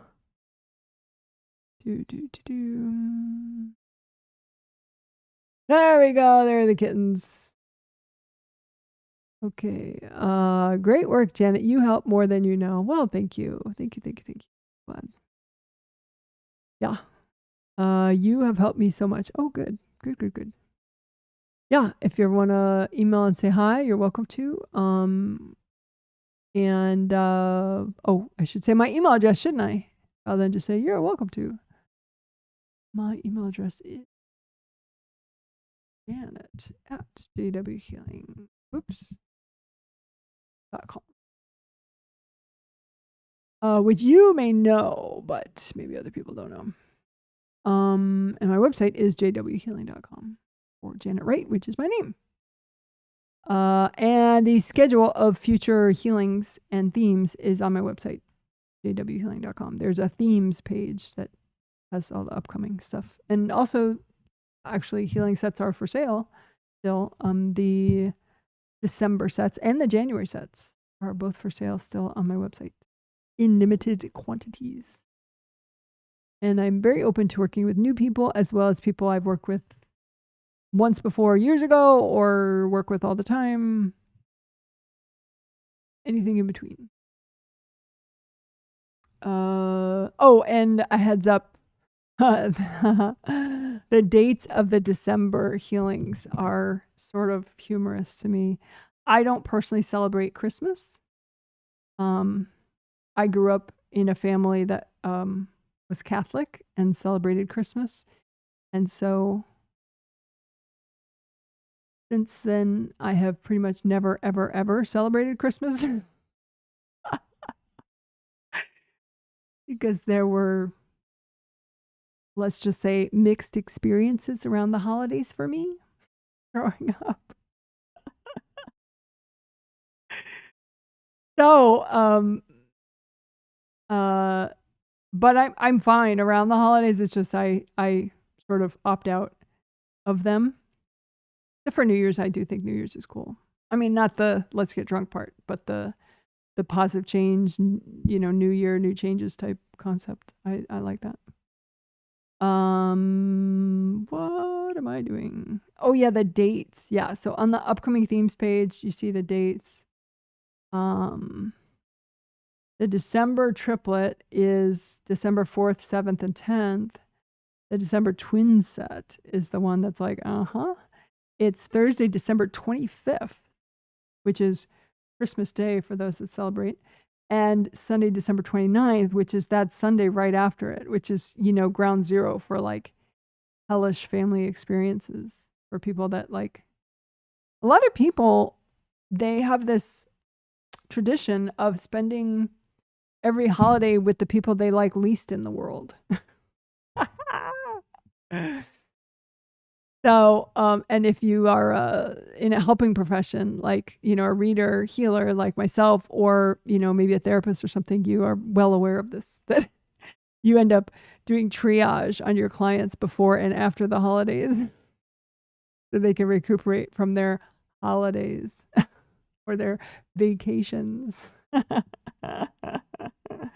So anyway, perhaps the December twin set will help you to minimize the damage. Or, enjoy yourself more during that time. The January, so I should say this was all healing dates for December and January. So the January ones, I did want to mention, noteworthy is that the January triplet set is not starting the first Thursday of the month, because the first Thursday of 2026 is Thursday, January 1st, which would mean that I would be starting a healing set, the triplet healing set, on New Year's Day. And I was like, yeah, no, that's not going to happen. So it's starting a week later than normal. Normally, often it starts on the first Thursday of the month, but definitely not this time. So it's on Thursday, January 8th, 11th, and 14th. which should be very cool. And then the twin set is January 22nd and 25th. So, to keep those New Year's resolutions going. And the theme for December is confidence, intuition, and inner peace.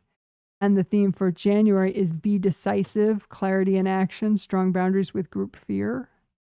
In case there's some sort of, mass hysteria going on more than always. I threw that in there too. Strong boundaries with group fear. Anyway, so it should be fabulous. I'm looking forward to those. And you're welcome to get them for yourself and or loved ones that you have. But it's like a per person thing. So if you want you and your bitchy sister to get, say, the December twin set healings, you would buy 2 spots for the December twin set. And then in the notes, you would say me and bitchy sister and put her full name.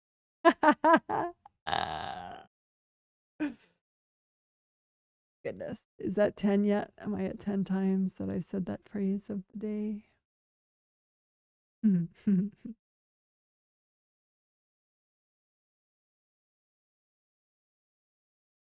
Let's see what else. So it says, when I try and heal my creative rings, I always see a white fog inside my rings. Even when I clear it, it comes back. That does sound like a curse maintaining situation.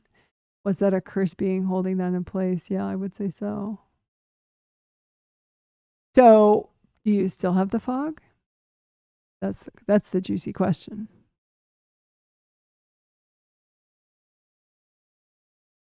Maybe a little.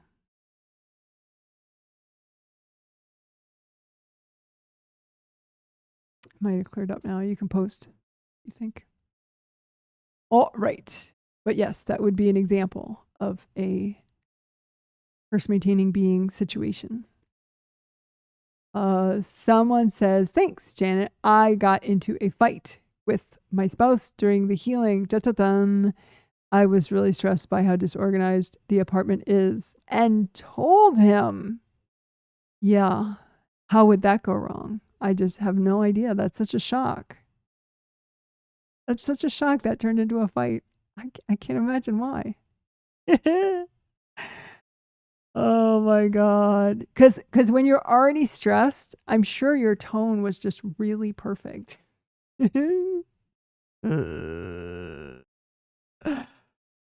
Oh, I love you. I don't really mean to mock you. I mean, I do mean to mock you, but not in a non-constructive way.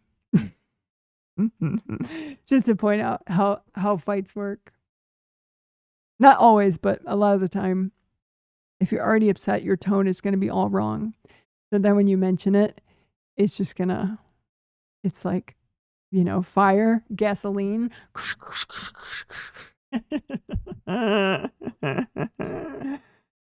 Oh, funny. Yeah. I love how you wrote it, though. You seem so surprised that it turned into a fight. I was really stressed by how disorganized the apartment is and told him. And he got defensive and angry. Assuming I whacked him, and I didn't. You dumped in his space when you were talking to him, first of all. And second of all, your tone was not, it was triggering.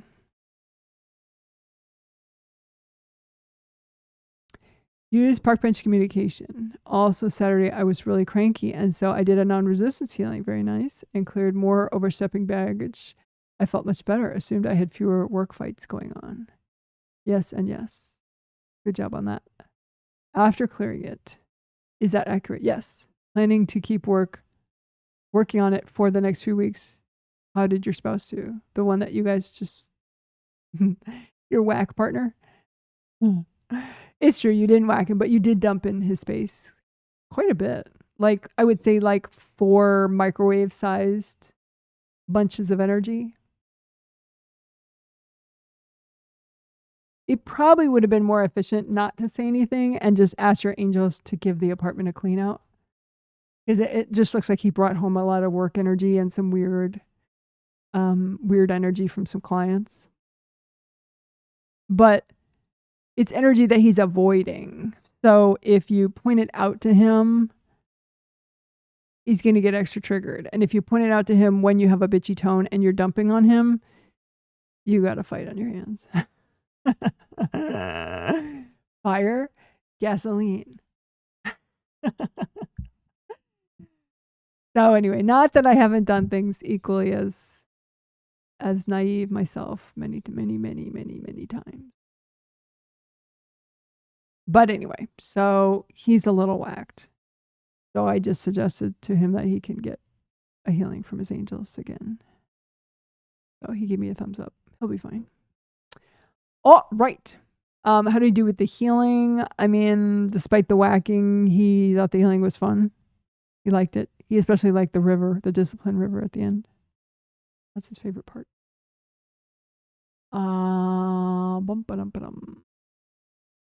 Someone says, so thankful for all you do. Thank you. That's very kind. Someone says, thank you for my healing. I have had loads of problems getting myself to the gym for the last 2 months. Glad to hear that, which is interfering with my fitness goals. Glad to clear, that which is interfering with my fitness goals. Yeah. Yep. It happens. You can clear it. You can make progress.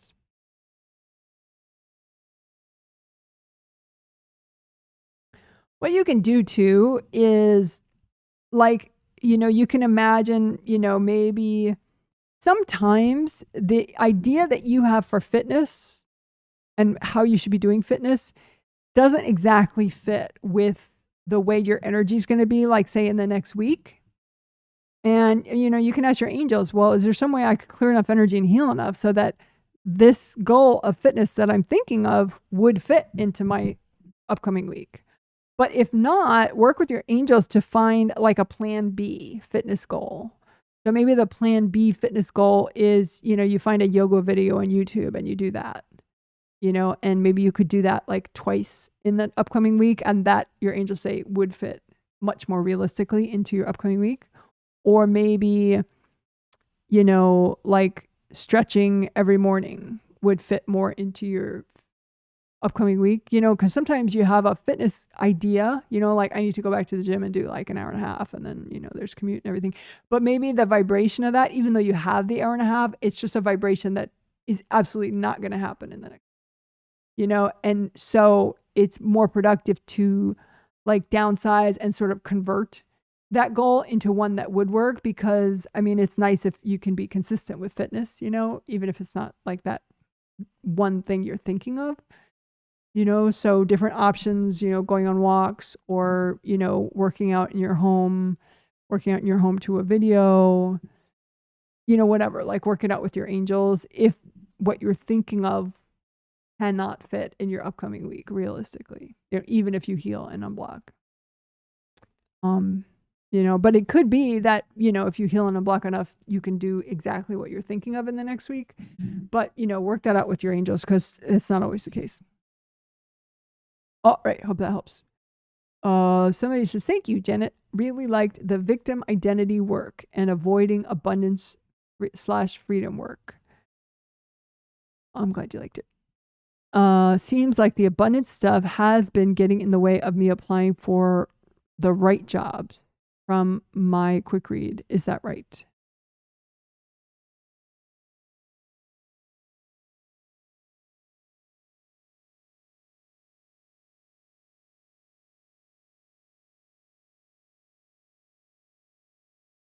Yeah, you're going to say yes.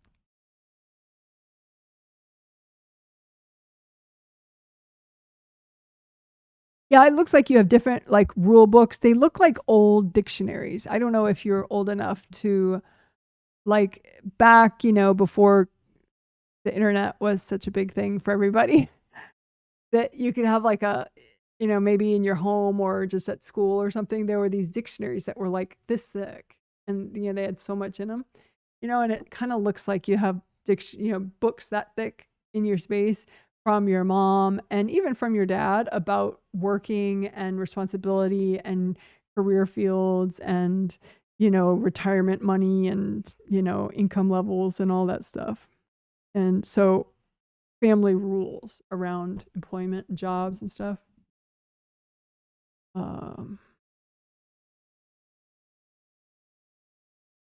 That's one of the things that looks like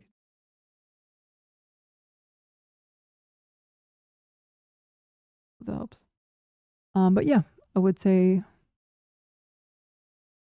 all that stuff is stuff you could work more, and that would definitely help you in your job search. Someone says fully packed healing, so much goodies. Yeah, it was. The essentials were another healing on its own. I know. Brevity is not my thing. The essentials were like another 2 or 3 healings on its own, because just the grounding section was like a healing in its own. We did 6 things within the grounding section. We did grounding, we cleared blocks to help inner peace. We healed mini yous that were in the way of, that had sort of like an anti-personal growth attitude. We healed the 5th chakras, 5th layers, and telepathic mesh. We unmatched global pain, and we did inner peace healing flowers. That was in the grounding section by itself. That's kind of nuts. It was fun though, but it was a lot. And then the chakra repair section had a whole bunch of stuff in it, way more than usual. About unblocking to help with discipline and goals, unblocking to help libido, sexual desire, and unblocking to help exercise. Alrighty. I liked the idea of victim energy in your identity space, and most amusing, the being storms. Oh, well, that's good. I'm glad they were amusing. Removing them was amusing. Can I ask my angels to recycle any punisher beings messing with my sister? My angels, she gets recurring painful knots in her shoulders. Thank you. Yeah, I think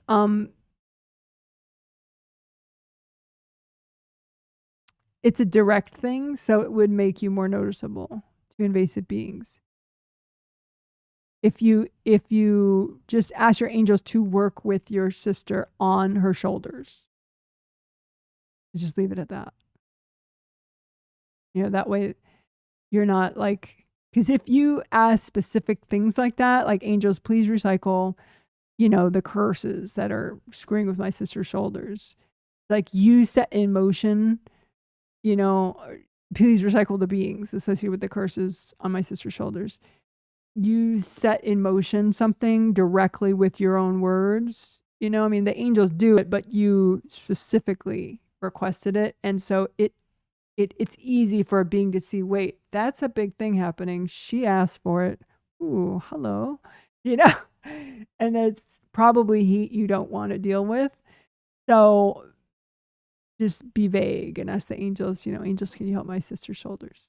That way, you know, they'll do what, you know, it'll be more of a gradual thing of what your sister can handle and what your sister is ready for. And it'll just look like her working with angels. It won't look like it came from you, which means it's no risk to you at all. But you could do whatever you want. It's just, I think you're talking about, you know, safety wise. So yeah.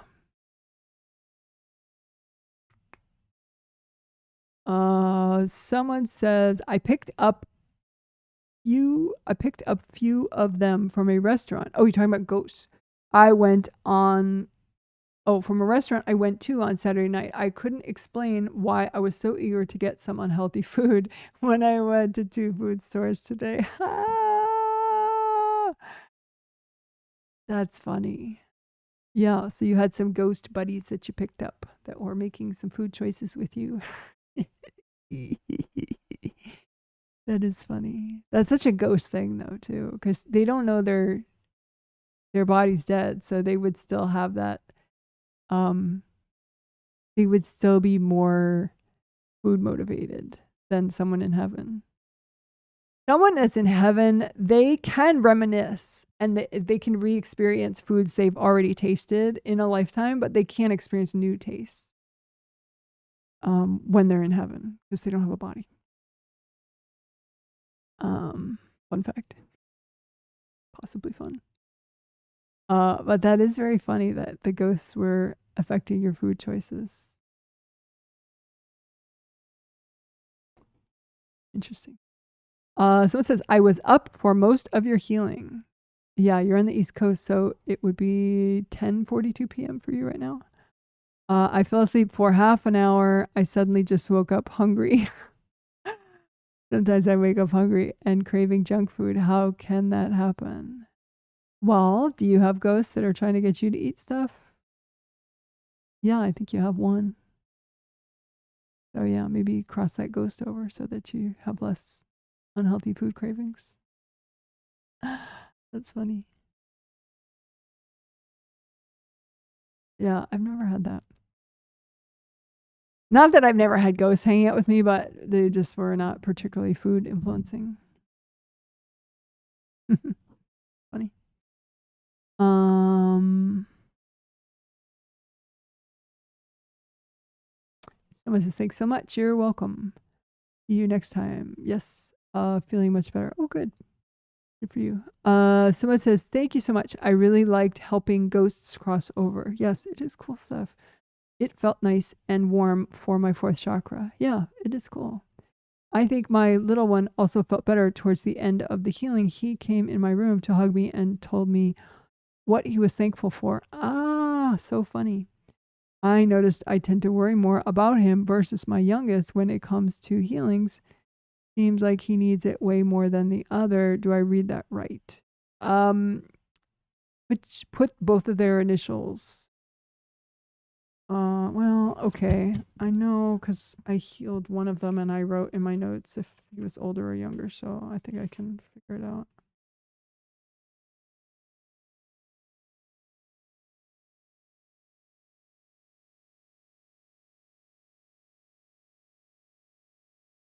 Yeah, okay.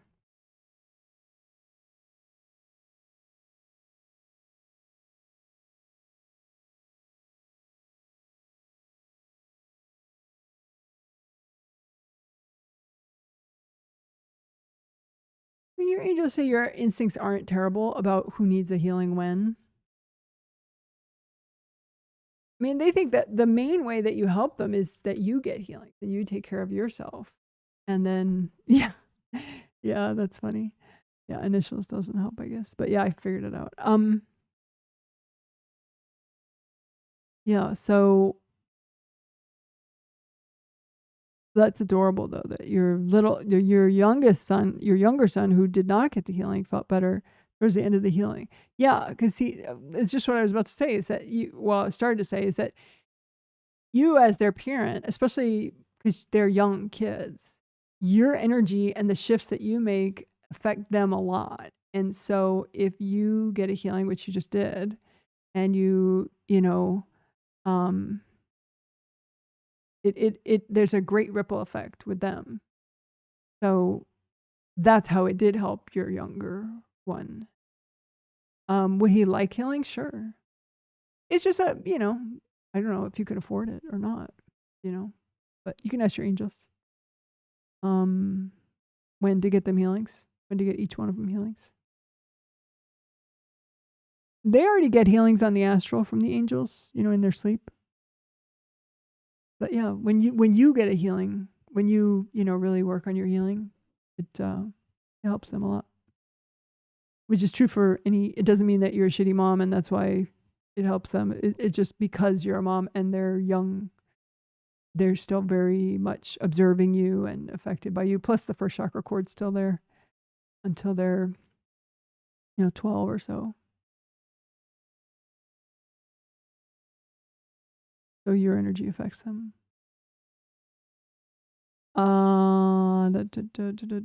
But that's sweet. I'm glad he had a good effect from you being healed.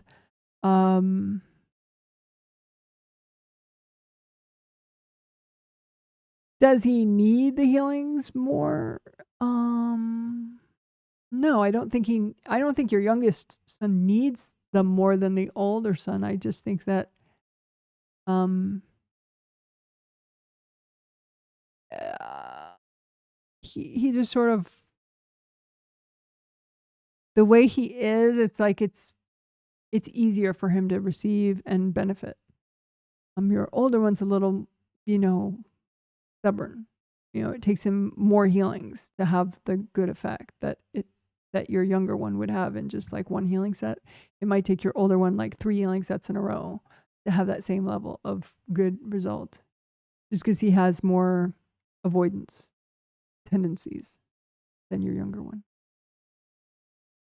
Someone says, I'm happy you discussed abundance and free time rules. Yes, very interesting.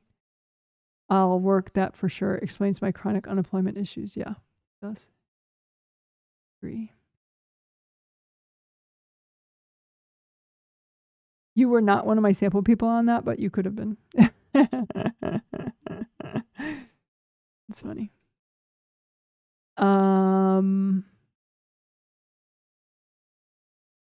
Yeah. I already read that other one, but okay. Well, cool. Let's see. Do I have any updates, garden or pet? Oh, let's look at Orson. Yeah.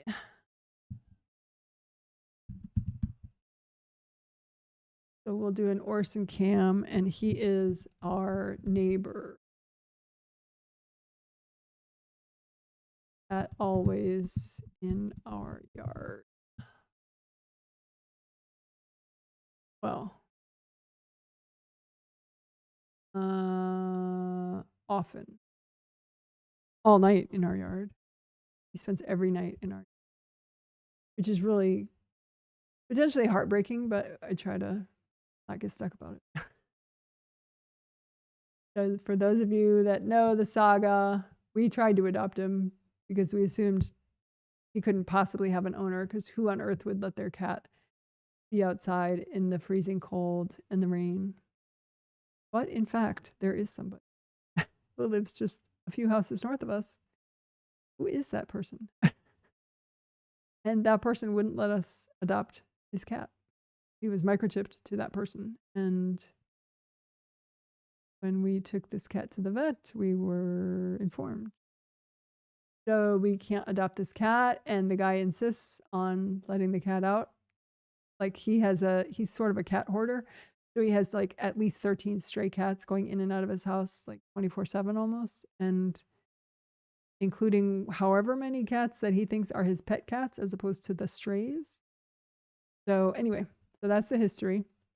So let's look at Orson in the yard, because if he's there. He's probably there though, considering the time. Usually there every night. I think it's his relatively safe place. And as I explained in the last healing, I bought him a custom house that'll keep him safe and dry and relatively warm. But it won't get here till the end of the year, probably, maybe early January, because they have to make it because it's a custom house. But there he is. You could barely notice him. It's just if you look at let's see. Oh, he might look over. If you look, that the lighter part in the background, that's the house. Like that's the siding of our house. And then there's like a bumpiness. See, he just sat up. See him? And then that's his eye. You just saw the glint of his eye. See if he looks over. Let's see if he looks over so you can see his eye better. Ah, there you see his eye. See both his eyes right there? So that's Orson. There he is. He's looking at the camera. There you go. So you saw both his eyes, little white, tiny things. So, oops, wait. Anyway, now he's cleaning himself, sitting upright on the cushion. He's on this little gardening cushion that, so that's a live trail cam view of him. He's like just that way, right up against the front of the house. Oh, We wanted to make him our indoor only pet, but he had that microchip, and so legally we can't. But anyway, for now, until the custom safe, coyote safe house gets here, he's on a garden, like a 2-inch thick, cushy, black rubber gardening mat that I have that you kneel on, when you're gardening, and it's kind of a deluxe one. It's really thick. And so I put that down for him, like where he normally goes anyway. And I just put it there up against the house so at least he has a little bit more comfort now, which makes me happy. But anyway, I'm glad that we got to see. Or so now, whenever we want, well, in the evening, he'll be there. Yesterday I saw him come around like 5:30ish. He comes back. He'll be there all night long until like, maybe an hour after daylight. Then he gets up and who knows what he does. And then he'll come back. Well, he goes to that hoarder, his owner's house, and overeats. Because that guy like free feeds all the strays and everybody, even some raccoons and stuff. So he'll like chow down over there and get even more obese, and then he'll come back and sleep somewhat safely against our house. But anyway, someone says, "Aw, thanks. That's very kind. You're making a custom house for Orson." Yes. Well, someone else is making it. I'm paying them a lot of money to make it. My husband doesn't want to know how much I paid. At first I wouldn't tell him, and now I'm like, okay, I'll tell you. You want me to tell you? He's like, no, don't tell me. Oh, cute. Yes. Hi, Orson. Yes. Hi, Orson. Yeah. Yeah. He's a sweetie. So if you want to help Orson, don't get into space. Just say, angels, can you bless and protect Orson? That's all you have to do. The angels will give him extra protection because you asked for it. Which of course I do every day and my husband does every day. So angels, please bless and protect Orson. Alrighty. So any other major updates? I don't think so. I don't know if my husband can hear me and if he'll send out Felix, but he might not. Or Felix might be out here. No, I think he took Felix back in the room because he was bugging me. So let's see. Any other updates?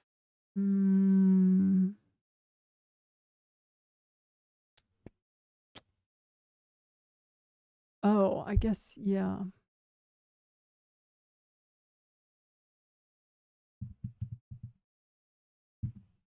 So there is a small Izzy update. Maybe we figured out some things that will help, meaning the angels told us, and maybe they'll work, and we heard them from the angels, so hopefully they work. But we used to give Izzy. Are you bringing or are you bringing Felix out? Oh, that's cute. No, Felix is coming, but I'll do an Izzy update also. So we're giving Izzy omeprazole, which is an antacid, which is okay for dogs because we know that because we already gave it to previous dogs that we had that were the similar weight as our current dog. But we're hoping that maybe all the vomiting that he's been doing, I mean, yes, maybe it is related to epilepsy, but maybe it's related to epilepsy in that it gives him a more acid stomach. So maybe, by giving him the antacid just one a day, maybe that will help. Obviously, you're not supposed to give yourself or other people antacids if it's not needed, because then you could have too little stomach acid. That's an issue too. But we're hoping that this will help him and that it's not too much. And so we'll see. We'll see. Time will tell with that. But he has not gotten sick since we started doing that. He almost got sick today, right before the live stream. So I had to like sit with him and pet him and try to calm him down, which this time worked. So maybe it worked because of that we're giving him antacids every day now. So we'll see. But now we'll do a Felix cam. Felix, come here. Felix. come here, come here, come here. I know. If I don't want him to come, he'll be like all up on me. That's my baby boy. Look at you. Look at you. You're so cute. You're so cute.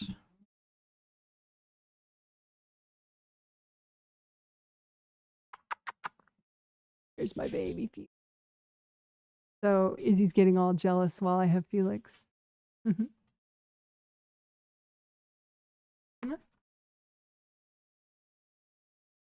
No, leave it. Izzy takes a hold of Felix's glitter balls because he's jealous that Felix has glitter balls. Izzy has his own toys, but that's not enough. Izzy wants everybody's toys. The fun with multiple pets. So I'm going to have to buy Izzy new toys so that he feels like his toys are better. So he leaves Felix's toys alone. We'll see how that works. I hope Izzy feels better. Yes, me too. I mean, you know, he feels fine now. It's just, yeah, hope that the antacid, daily antacid is going to do the trick. We shall see. All right, well, that's enough. You guys are amazing. So, let's see.